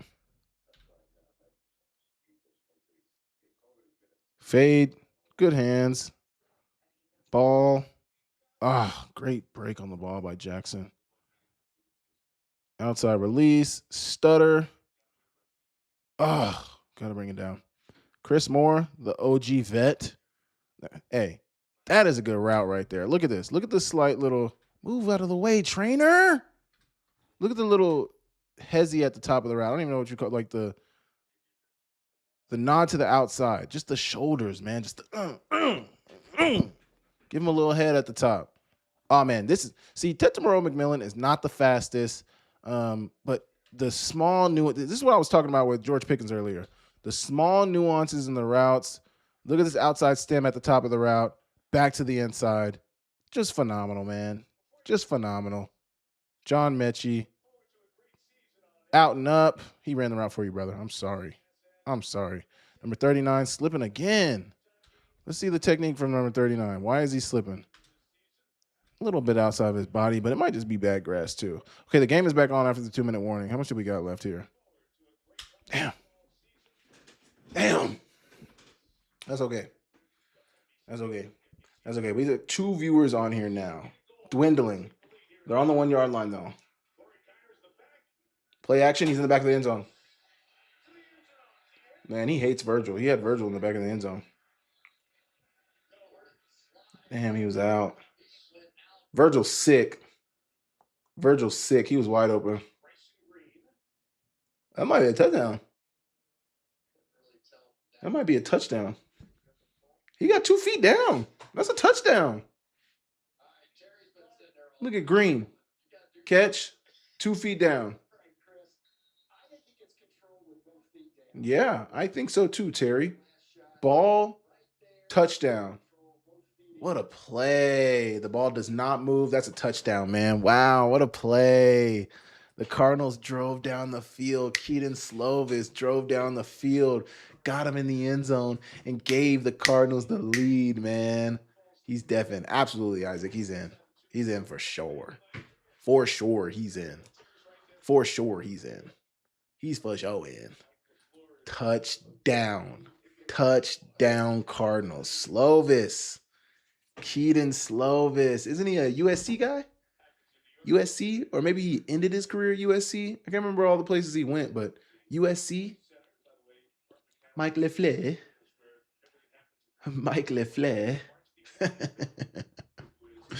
Mikey LeFleur. Wow, we gained 2 subs tonight, man. That's great. Any gain subs is great, but we has 2 subs. I want to say, let me look it up, Ron. Yeah, USC. But I don't think he finished his career at USC, did he? I feel like he went, BYU. So he finished his career at BYU, but he definitely started at USC. Let's go to his stats. NCAA football. Yeah, so he did 3 years at USC. He went to Pitt, and then he finished career at BYU. Man, these are these guys these days. He had his best year of his career, funny enough, which I don't know why the hell he left, is that the year they brought in Caleb Williams, 2020? But he had his best year of his career in 2019 at USC. He completed 71% of his passes, 3,500 passing yards. The touchdown is good. They're going to kick the field goal to take a 3-point lead. This is a great football game. 3,500 passing yards, 30 touchdowns, 9 interceptions. But, most passing yards, best completion percentage. The next year was good, not great. Maybe he didn't get his spot taken by Caleb Williams. Maybe this is after 2021, maybe I think is when Caleb Williams came in. And then that's why he transferred to Pitt, which he wasn't great at Pitt and he wasn't great at BYU. So, hey, PAT, is good. So they're up 30-27. The Panthers have 2 timeouts with 1:55 to go to drive down the field to get 3. Now, I will tell you guys, if this game goes into OT, I'm logging off. We will not be continuing this stream if this game goes into OT.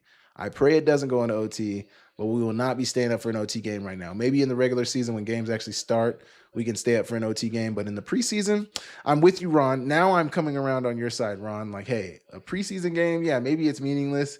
It's certainly meaningless if like it. Plus, like, I gotta get to bed, man. I gotta get to bed. I've been staying up way too late lately. Way too late, like midnight, later than midnight. Like, I gotta.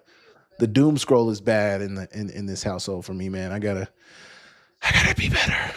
But yeah, Ron, we will not be watching a quitter. Come on, Kobe.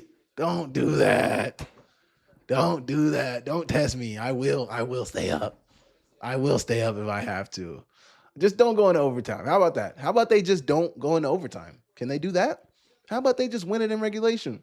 Score a touchdown. How about that? They got 1:55 left. Haynes King is on the sidelines. He's waiting for his opportunity. Do games even go to overtime in preseason? I thought they just left it at a tie. Man, that's actually, do they? No, they don't go. You're right, Isaac. You're right. They don't do overtime in the preseason. What am I thinking?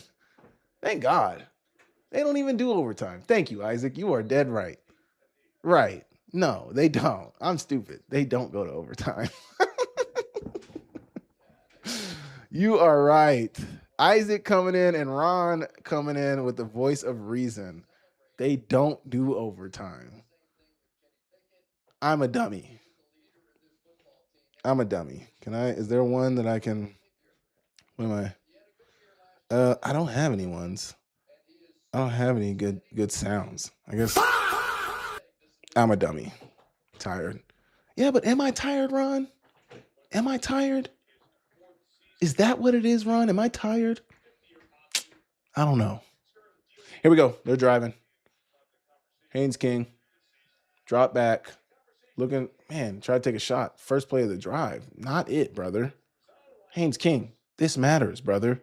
Once again, like I was saying at halftime, this is another opportunity where you get an opportunity to make a play before half. You missed that throw before half. That, dare I say, might be why you guys are in this position right now, because you missed the throw before half to hit a wide open receiver for a touchdown. Now you're in the same position. Execute, Haynes. Execute, Haynes. You will be when baby comes along. Hey, man, we're not there yet. We're not there yet. We're not there yet. Fade. Yo, Haynes King's trying to get it all at once, brother. Bro, stop trying to bite the whole apple in one. I don't even know what a good saying, but like, stop trying to do it all in one play, Haynes. Take it easy.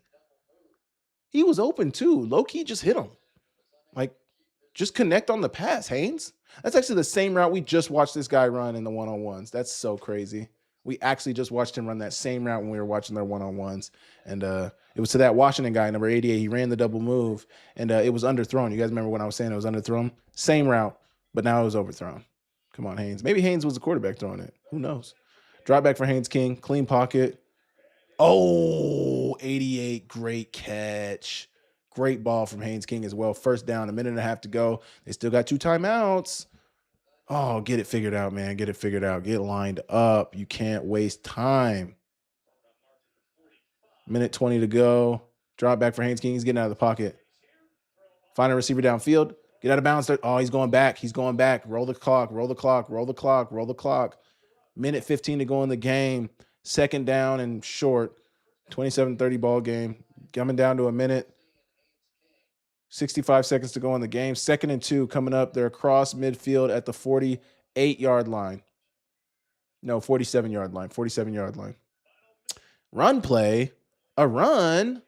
Maybe they've not been expecting that. That was like a 10-yard gain. Now you call a timeout. Okay, they got a timeout. They're at about inside, I would say, the 40-yard line. 1st and 10. 52 seconds to go in the game. They got 1 timeout to go. Okay, Haynes. Okay, Haynes. What a route from 88. Come back to the ball. He didn't even really come back to the ball, but good ball from Haynes King. Good catch from him. Great hands, man. Great hands. Who is Washington? Let me go look at these stats real quick. Casey Washington. I don't know any of these guys, bro. Illinois, 2024 6th-round pick, 2024. So that was 2 years ago. He was a 6th-round pick. So this would be 24, 25, 26. This would be his 3rd year in the league. Born in 2001. I'm old, man. I'm not even that old, but man, seeing 01, it's crazy. Okay, they're back after the timeout. 52 seconds to go. 11 personnel. Oh, Jimmy Horn slipped a little bit. Man, I feel like sometimes the spat makes these guys slip. Screen. Good play from the linebacker. Great play. Get up, get up, get up. Get back on the ball. Get back on the ball. 40 seconds. The clock. Oh, they took their last timeout.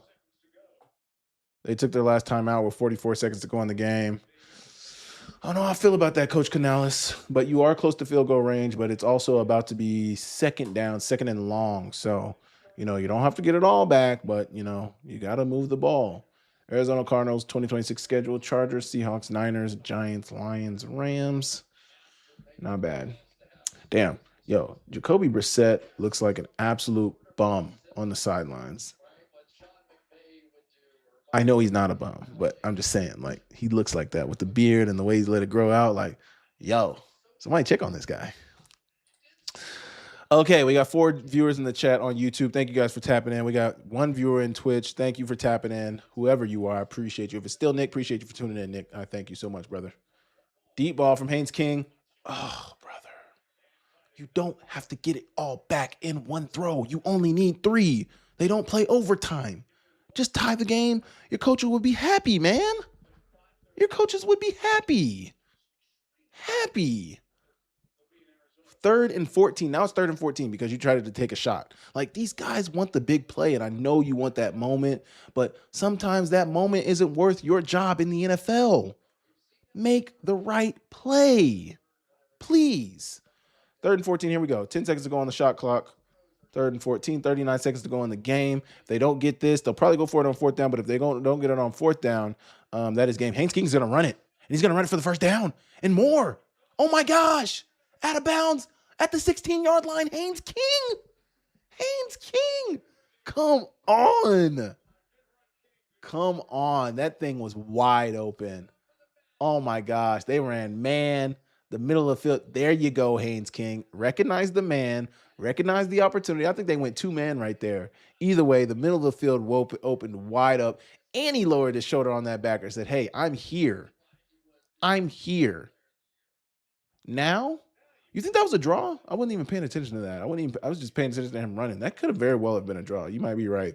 But now they have the field goal and they have the win in the bag, but they don't have any timeouts, so you can't waste any time. Yeah, see right there. See, they're probably just going to take 3 straight shots to the end zone because they don't have any timeouts. They can't stop the clock, but they do have a field goal. So you have to make sure that if it's not a touchdown, it's a dropped pass or it's an incompletion or incompletion. It has to be an incompletion if it's not a touchdown, really. I've been waiting for him to show off his legs all game, and he finally did it. I know, right? Like, that was one of the best. He had 930 rushing yards last year, and he's barely run it today. I think that was like his first run of the game, man. Like, he has not been running at all. 23 seconds to go in the game, 10 seconds on the shot clock, 2nd and 10. Here we go. Here we go. Somebody's got to be off. Somebody's got to be off. There you go. There you go. The under is not your play. Jimmy Horn, yes. Oh, what a play from the DB. No, he caught it. He caught it. Get up and spike it. Get up and spike it. Great play, great ball. Get up and spike it. 1st and goal. You have 1 shot at the end zone before you kick a field goal. If you can get it spiked in enough time. Oh, they're playing for the field goal. Soft. 6 seconds. Do they go for the win?